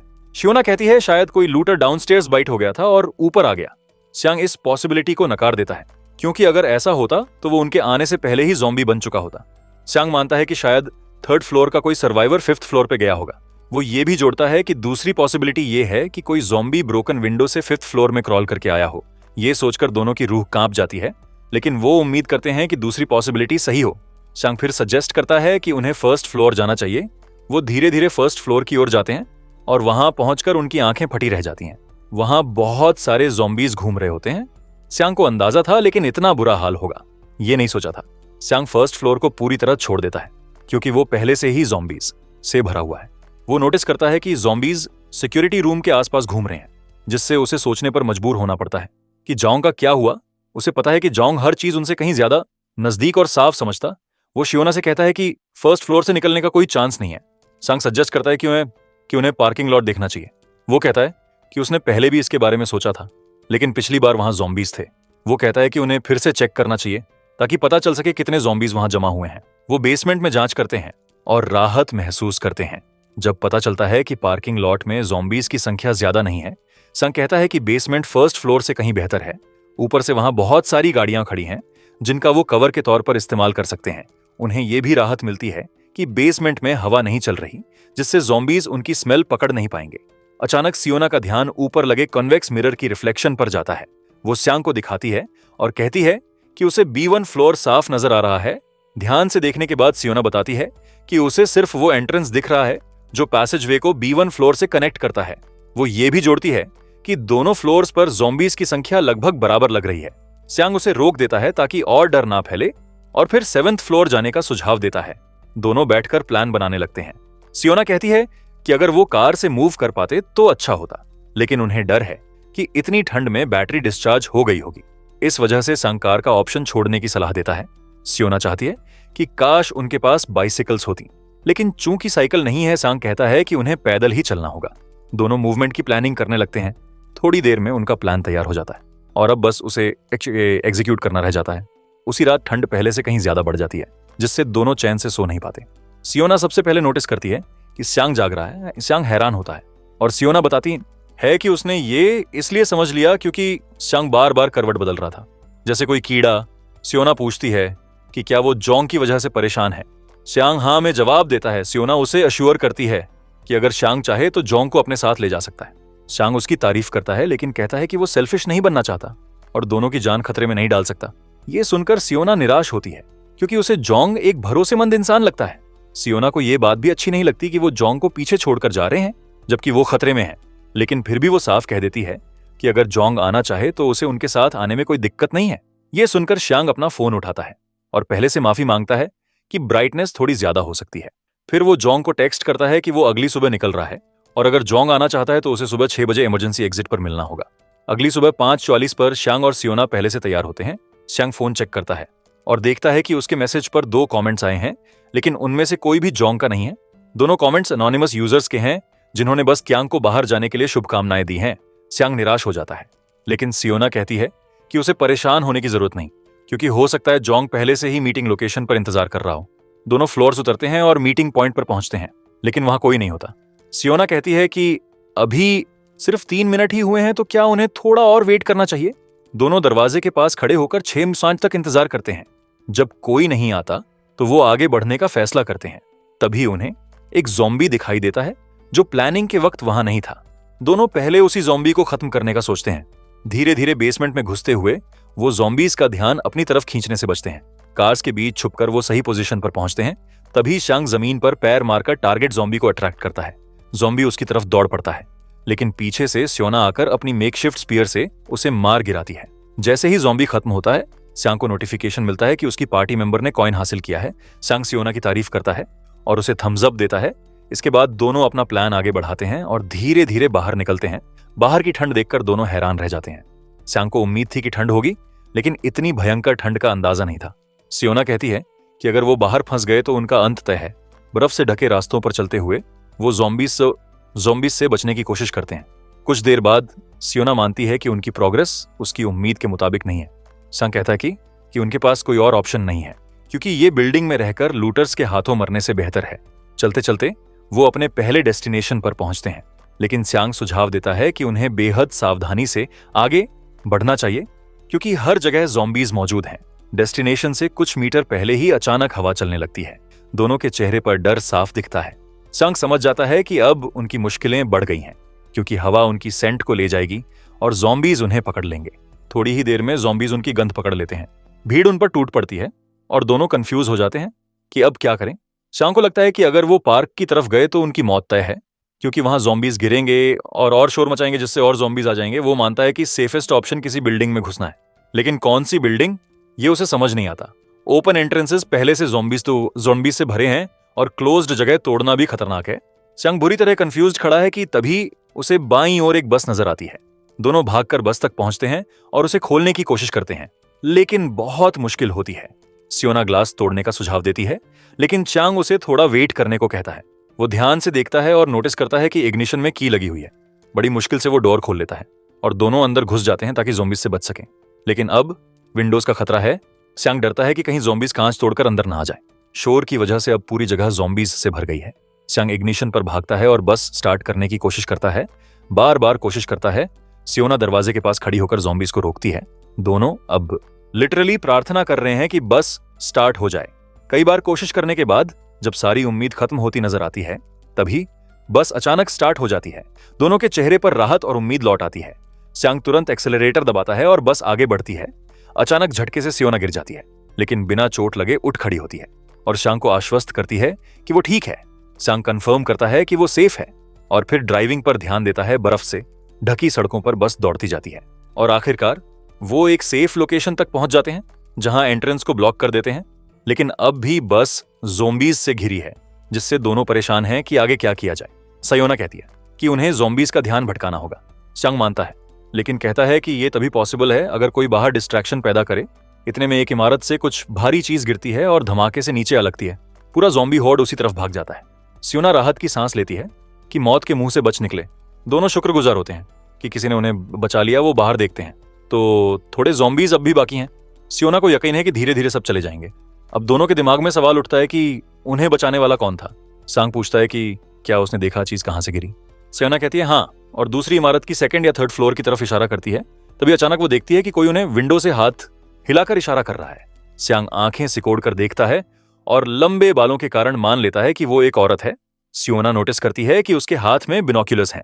सियोना अपने फोन पर थैंक यू मैसेज लिखती है और बस की खिड़की पर चिपका देती है ताकि वो देख सके। जवाब में वो औरत थम्स अप करती है। चांग और सियोना दोनों मुस्कुराते हैं कि इस दुनिया में अब भी इंसानियत बाकी है।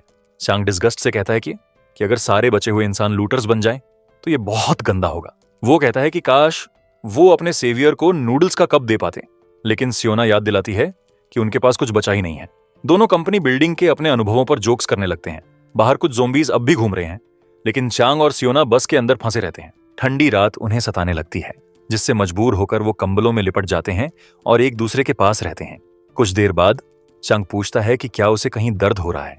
सियोना हैरान हो जाती है ये देखकर कि चांग अब तक जाग रहा है। चांग फिर कहता है कि सियोना का चेहरा बिल्कुल पीला लग रहा है। वो छींक देता है, लेकिन तुरंत समझ जाता है कि ये अच्छा नहीं हुआ। वो खड़ा होकर देखता है कि कहीं ज़ॉम्बीज ने आवाज सुनी तो नहीं। किस्मत से वहां कोई ज़ॉम्बी नहीं होती। चांग फिर सियोना से पूछता है कि क्या वो ठंड की वजह से उठी है। सियोना घबराकर हाँ कहती है, लेकिन दावा करती है कि वो ठीक है। चांग सियोना का हाथ पकड़ता है और कहता है कि वो भी वैसा ही महसूस कर रहा है। वो उसे बताता है कि अगर उन्होंने अपने शरीर को गर्म नहीं किया तो मुसीबत में पड़ जाएंगे। सियोना फिर पूछती है कि क्या बिना आग जलाए शरीर को गर्म करने का कोई तरीका है। चांग कुछ देर सोचता है और लाल चेहरा लिए कहता है कि उन्हें बस के अंदर ही आग जलानी चाहिए। सियोना ये सुनकर हैरान रह जाती है और कहती है कि अगर उन्होंने ऐसा किया तो वो दम घुटने से मर जाएंगे। चांग फिर बताता है कि वो धुएं को बाहर निकालने के लिए बस में एक छेद करेंगे, लेकिन उसे चिंता होती है कि अगर कांच तोड़ा तो आवाज से ज़ॉम्बीज अंदर घुस सकते हैं। दोनों मिलकर सोचते हैं और सायोना अपनी भाला छत में घुसाकर एक छेद बना देती है। चांग ये देखकर प्रभावित होता है और कहता है कि उन्हें 3 और छेद बनाने चाहिए। सियोना खुशी से ऐसा करती है और कुछ ही देर में वो बस की छत में 4 छेद बना लेते हैं। वो आग जलाते हैं और धुआं उन छेदों से बाहर निकलने लगता है। चांग खुश होता है कि वो कागज लेकर आए थे। सियोना भी मानती है कि अगर वो कागज नहीं लाते तो आग जलाना मुश्किल होता। तभी सियोना चांग का ध्यान कम्युनिटी ग्रुप में आए एक पोस्ट की तरफ दिलाती है। वो पोस्ट एक दिन पुरानी होती है और उसे उसी इंसान ने भेजा होता है जिसने पहले उनकी मदद की थी। वो इंसान कहता है कि वो बस में उनके साथ जुड़ना चाहता है और उनसे पॉजिटिव या नेगेटिव रिप्लाई भेजने को कहता है। चांग समझ जाता है कि ये मैसेज उनके लिए है, लेकिन पक्का करने के लिए वो चेक करने का फैसला करता है। चांग उस व्यक्ति से पूछता है कि वो कौन सी बिल्डिंग में है। जवाब में वो इंसान अपनी बिल्डिंग का हर डिटेल बताता है। फिर भी चांग को यकीन नहीं होता। वो पूछता है कि कन्वीनियंस स्टोर के सामने खड़ी कार कौन से ब्रांड की है। जवाब में वो इंसान सही ब्रांड बताता है और जब दोनों को यकीन हो जाता है कि वही उनका सेवियर है तो सियोना और चांग उसे धन्यवाद देते हैं। उनका सेवियर तुरंत पूछता है कि क्या वो उनके साथ आ सकता है। वो जोड़ता है कि वो जहां भी जा रहे हैं उनके साथ जाने को तैयार है। कुछ देर बाद कम्युनिटी ग्रुप में एक और मेंबर पोस्ट करता है कि उसने अपनी खिड़की खोली तो देखा कि एक ज़ॉम्बी रेंगता हुआ उसकी तरफ आ रहा है। उसने अपने कमरे की सारी चीजें फेंक कर किसी तरह उस ज़ॉम्बी को गिरा दिया। वो ज़ॉम्बी सिर के बल गिरकर मर गया। बाद में उसने देखा कि वो ज़ॉम्बी दरअसल उसी के पास वाले बिल्डिंग का इंडोर रॉक क्लाइंबिंग जिम का डायरेक्टर था। इससे वो ये सोचने लगता है कि शायद ज़ॉम्बीज अपने पहले वाले कुछ स्किल्स इस्तेमाल करने में सक्षम हैं। सुबह होते ही चांग और सियोना बस से बाहर निकलने की तैयारी करते हैं। सियोना फिर उस पोस्ट का जिक्र करती है जिसमें लिखा था कि ज़ॉम्बीज म्यूटेंट्स में बदलने लगे हैं।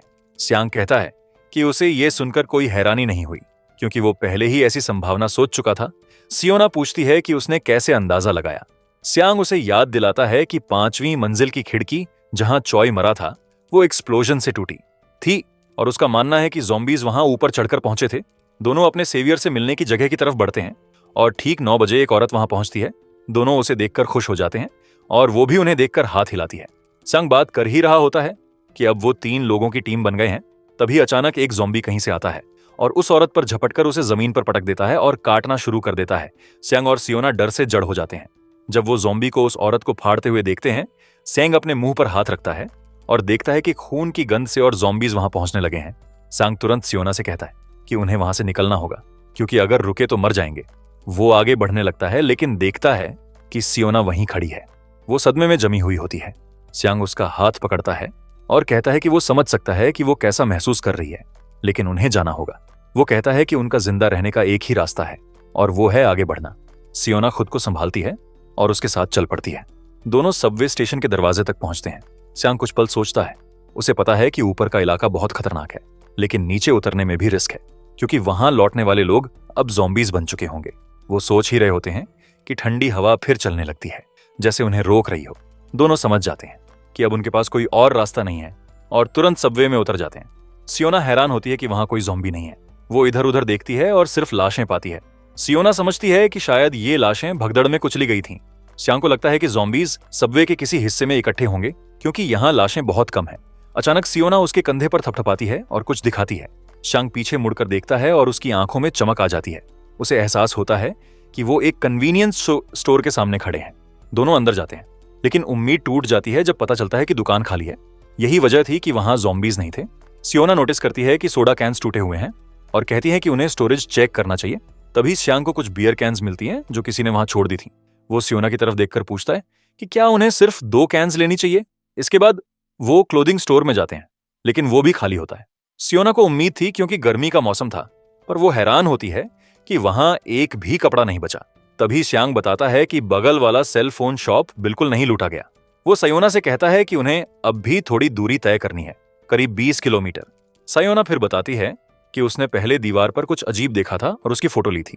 वो श्यांग को फोटो दिखाती है जिसमें दीवार पर किसी सर्वाइवर का लिखा हुआ नोट था जो कह रहा था कि वो खो गया है, उसे नहीं पता कि क्या करना है या कहां जाना है। नोट में सर्वाइवर लिखता है कि हालात उनकी कल्पना से कहीं ज्यादा बेकाबू हो गए हैं।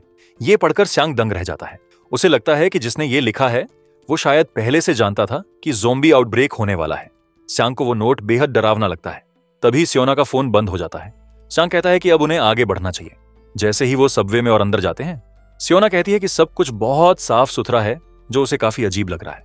वो मानती है कि उसे उम्मीद थी कि वहां चमगादड़ या कुछ जानवर तो दिखेंगे, लेकिन वहां कोई ज़ॉम्बी की लाश भी नहीं है। इसलिए वो सोचती है कि शायद वो किसी एक जगह इकट्ठे हैं।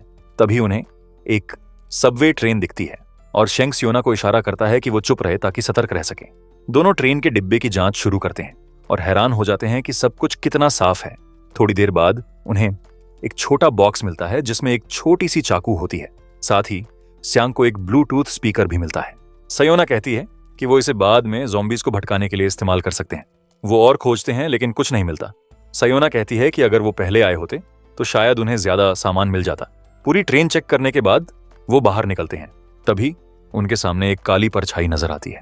वो एक ज़ॉम्बी होता है, लेकिन जब वो अपनी फ्लैशलाइट उस पर डालते हैं तो कोई प्रतिक्रिया नहीं होती। वो ज़ॉम्बी बहुत बड़ा होता है। देखकर दोनों डर जाते हैं। सियोना कहती है कि वो जानती है ये कौन है। वो ज़ॉम्बी केबीओ का एक प्रो बेसबॉल प्लेयर था जो रिटायर होने के बाद यहाँ रहता था। श्यांग समझता है कि इसलिए वो ज़ॉम्बी इतना ताकतवर दिख रहा है।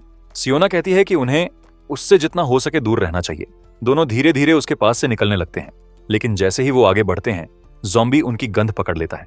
वो बिना किसी हिचकिचाहट के उन पर दौड़ पड़ता है। श्यांग खुद को संभालता है, लेकिन वो ज़ॉम्बी बहुत तेज होता है। श्यांग अपनी भाला सही जगह पर टिकाता है और ज़ॉम्बी उसी पर जा टकराता है। श्यांग उसे रोकने की कोशिश करता है और चिल्लाता है कि सियोना अपनी पोजीशन ले। सियोना दौड़कर ज़ॉम्बी के सिर पर गोल्फ क्लब से वार करती है, लेकिन वो काफी नहीं होता। क्लब टूट जाता है और ज़ॉम्बी का सिर जस का तस रहता है। अब वो और ज्यादा गुस्से में आ जाता है और सायोना की तरफ झपटता है। ऐसा लगता है जैसे उसके सीने में फंसी रॉड का कोई असर नहीं। श्यांग को उसकी ताकत का फर्क महसूस होता है। सायोना किसी तरह बचती है और दूसरी तरफ घूमकर वो चाकू जो उसने पहले पाया था ज़ॉम्बी के सिर में घुसा देती है। इस बार वो गिर जाता है और मर जाता है।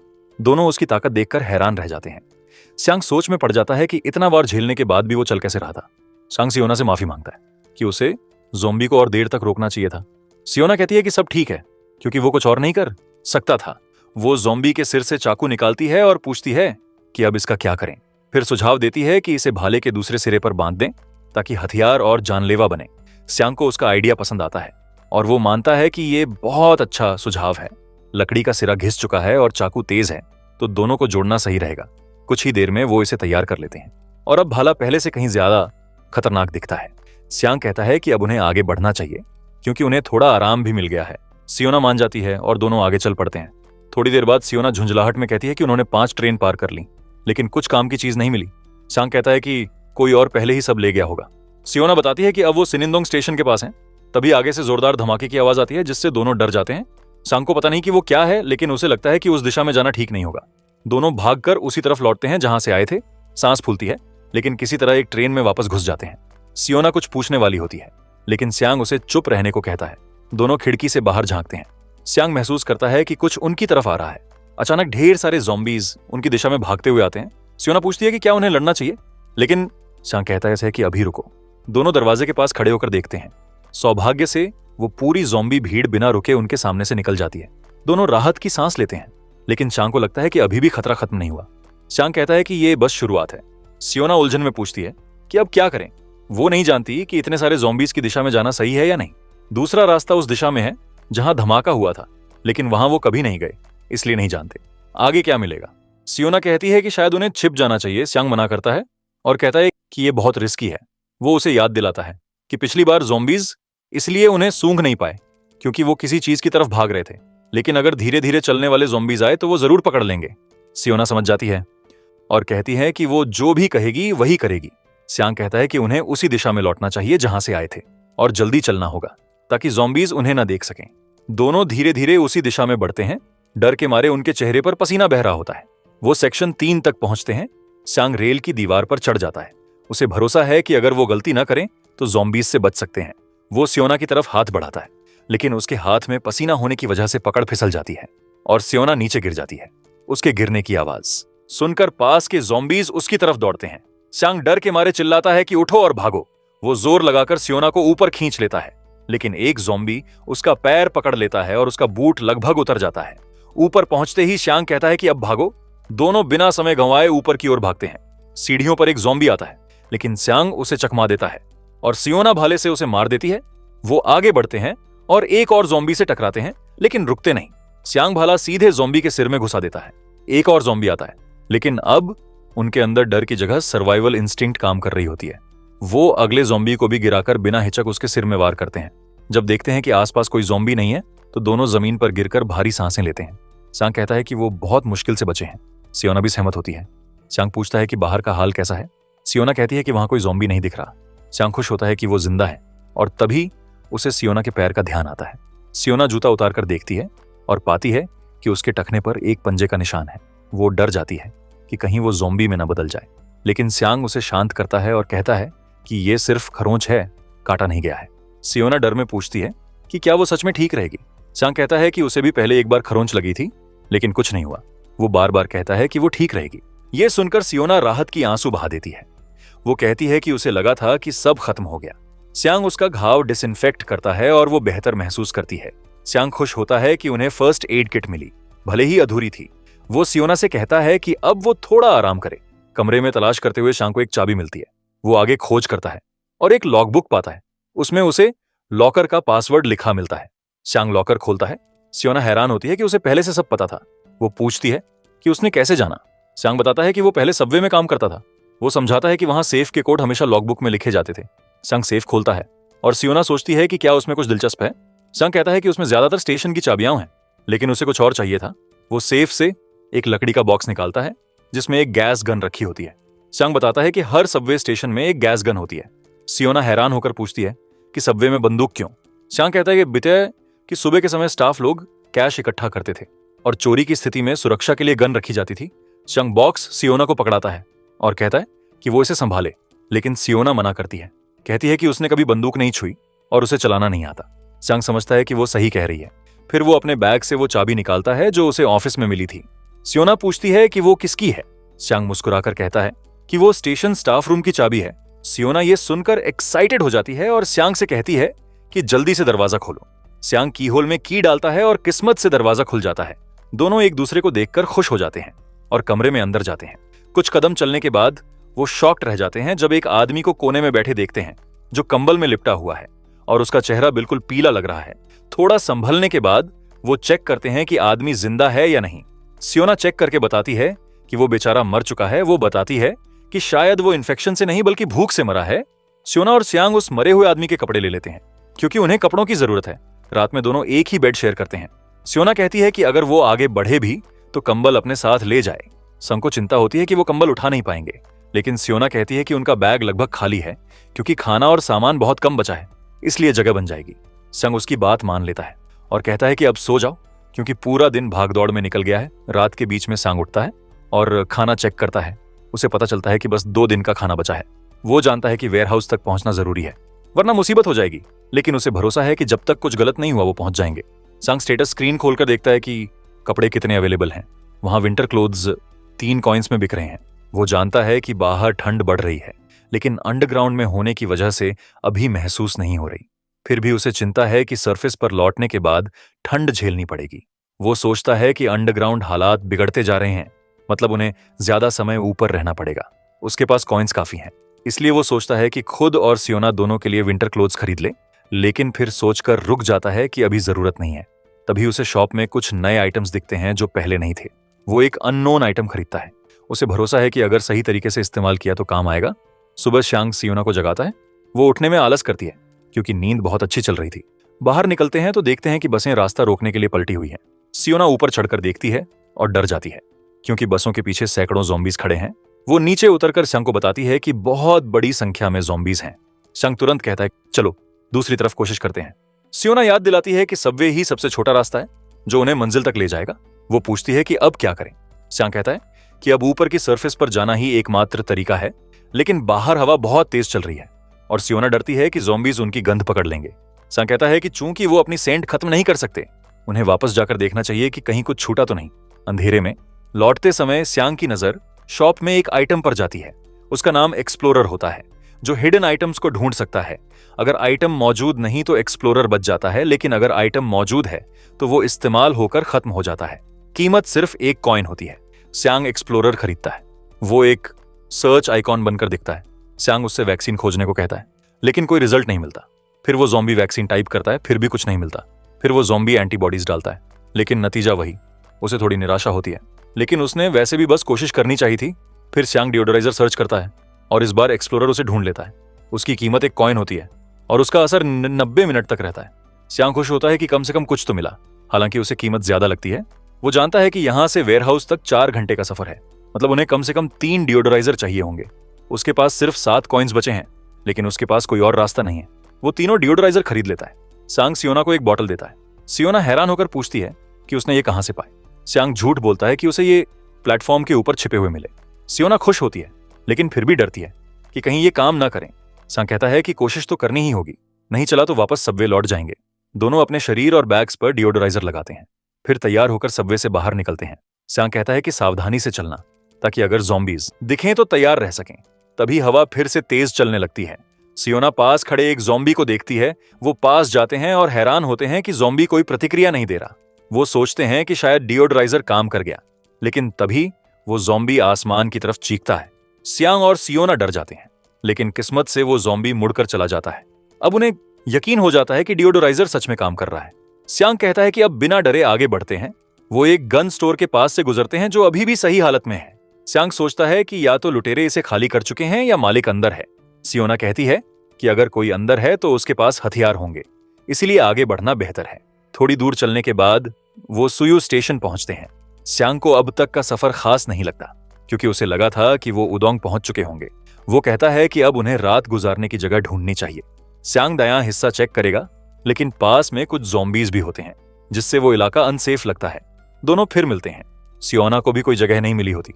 श्यांग कहता है कि उन्हें ऐसी जगह चाहिए जहां ज़ॉम्बीज न हो और नई एंट्री बंद हो। दोनों एक इमारत में दाखिल होते हैं और कुछ मिनट बाद सियोना कहती है कि यहाँ साफ सुथरा है, कोई ज़ॉम्बी नहीं है। वो एक दरवाजा खोलने की कोशिश करती है, लेकिन वो नहीं खुलता। वो कहती है कि तोड़ देते हैं। श्यांग मना करता है कि आवाज से ज़ॉम्बीज आकर्षित होंगे। सियोना मान जाती है, लेकिन उदास दिखती है। तभी श्यांग कहता है कि शायद कोई और तरीका है।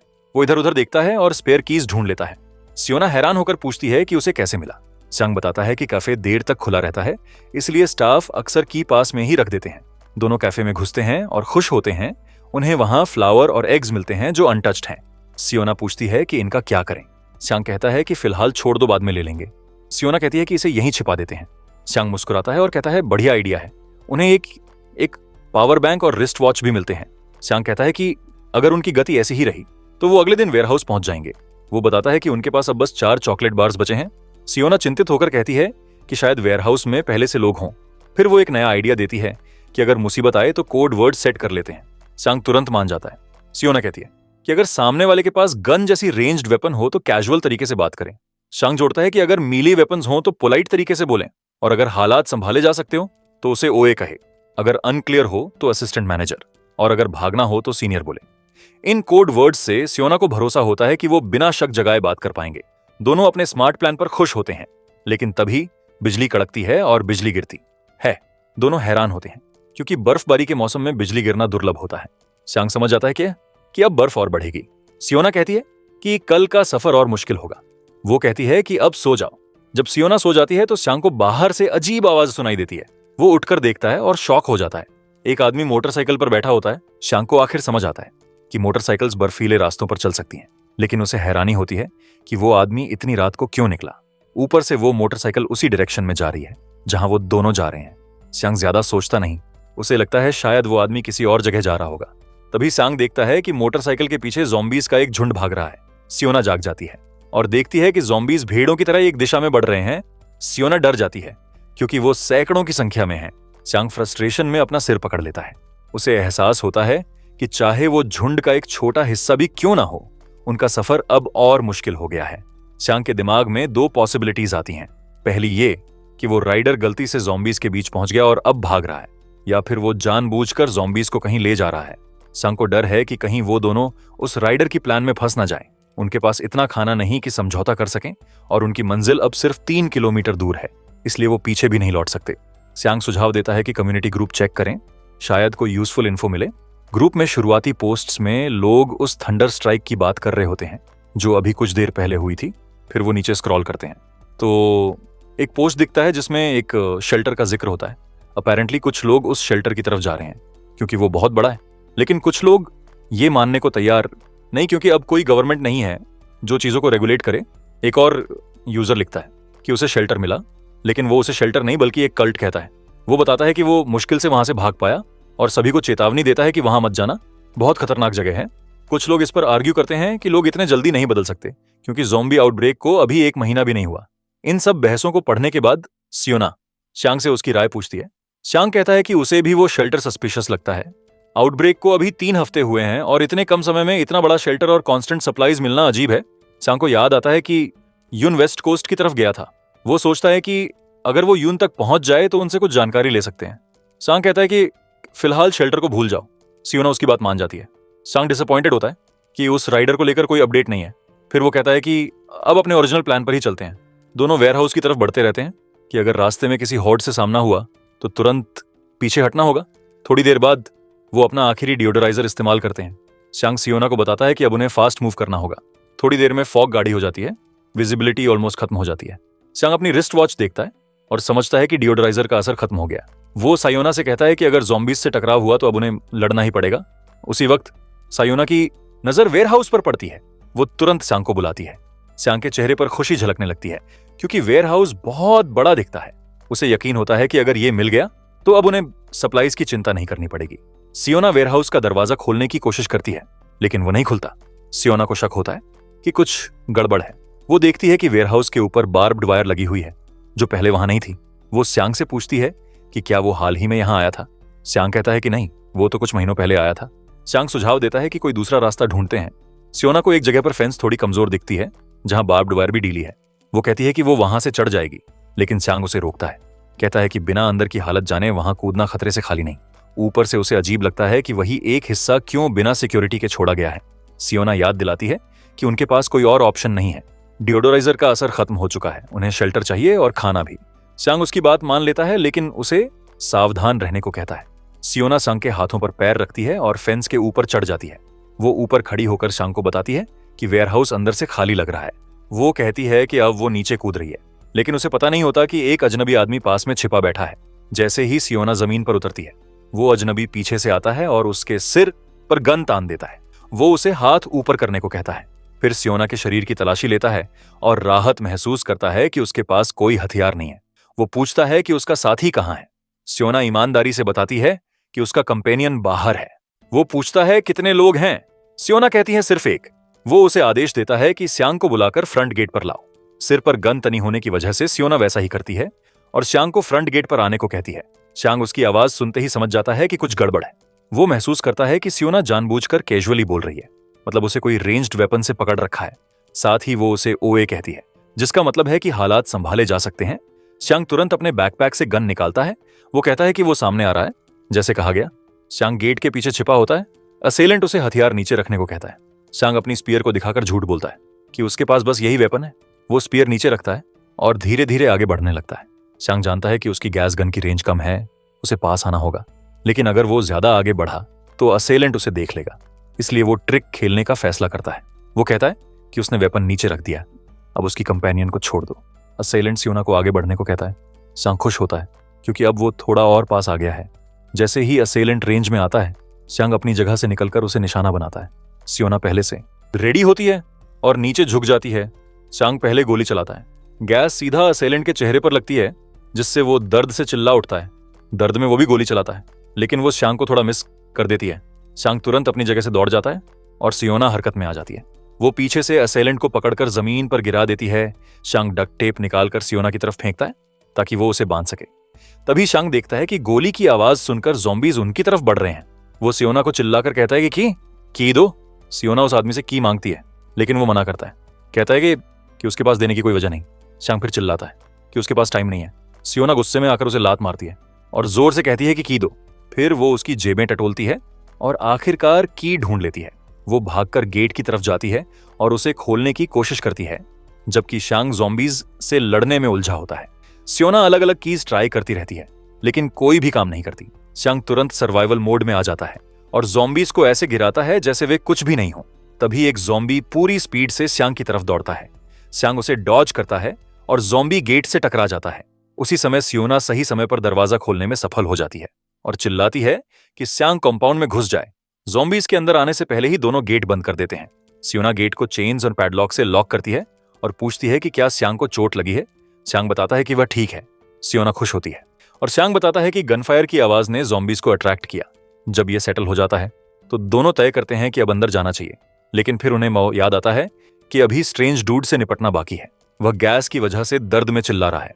शांग बताता है कि उसे अंदर बिल्डिंग में ले जाना चाहिए। दोनों उसे उठाते हैं और तभी पता चलता है कि वह जोंग है। बिल्डिंग के अंदर जोंग अपनी जलती हुई आंखें धो लेता है। शांग सियोना को समझाता है कि जोंग वही आदमी है जिसे उसने पहली बार फर्स्ट फ्लोर पर देखा था। सियोना गिल्टी महसूस करती है। उसे उम्मीद नहीं थी कि उनका मिलना ऐसा अजीब तरीके से होगा। जोंग भी मानता है कि सब कुछ अजीब हो गया और उसका चेहरा अभी भी दुख रहा है। शांग माफी मांगता है, बताता है कि गैस गन का असर कम से कम 1 दिन रहेगा। जोंग कहता है कि अगर पहले बताया होता तो लड़ाई की जरूरत नहीं थी, लेकिन उसने भी वायलेंस शुरू किया, इसलिए वह भी जिम्मेदार है। शांग जोंग का शुक्रिया अदा करता है कि उसने सब कुछ समझ लिया। जोंग तीनों के लिए गर्म चाय लेकर आता है।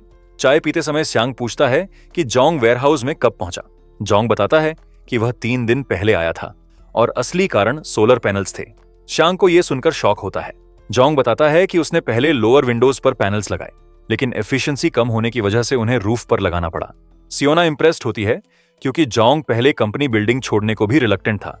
जोंग कहता है कि वो सोलर पैनल्स को ग्लास ऑनिंग से कवर करना चाहता है ताकि स्नो उन पर न गिरे और उनके पास काम के लिए बहुत सप्लाईज हैं।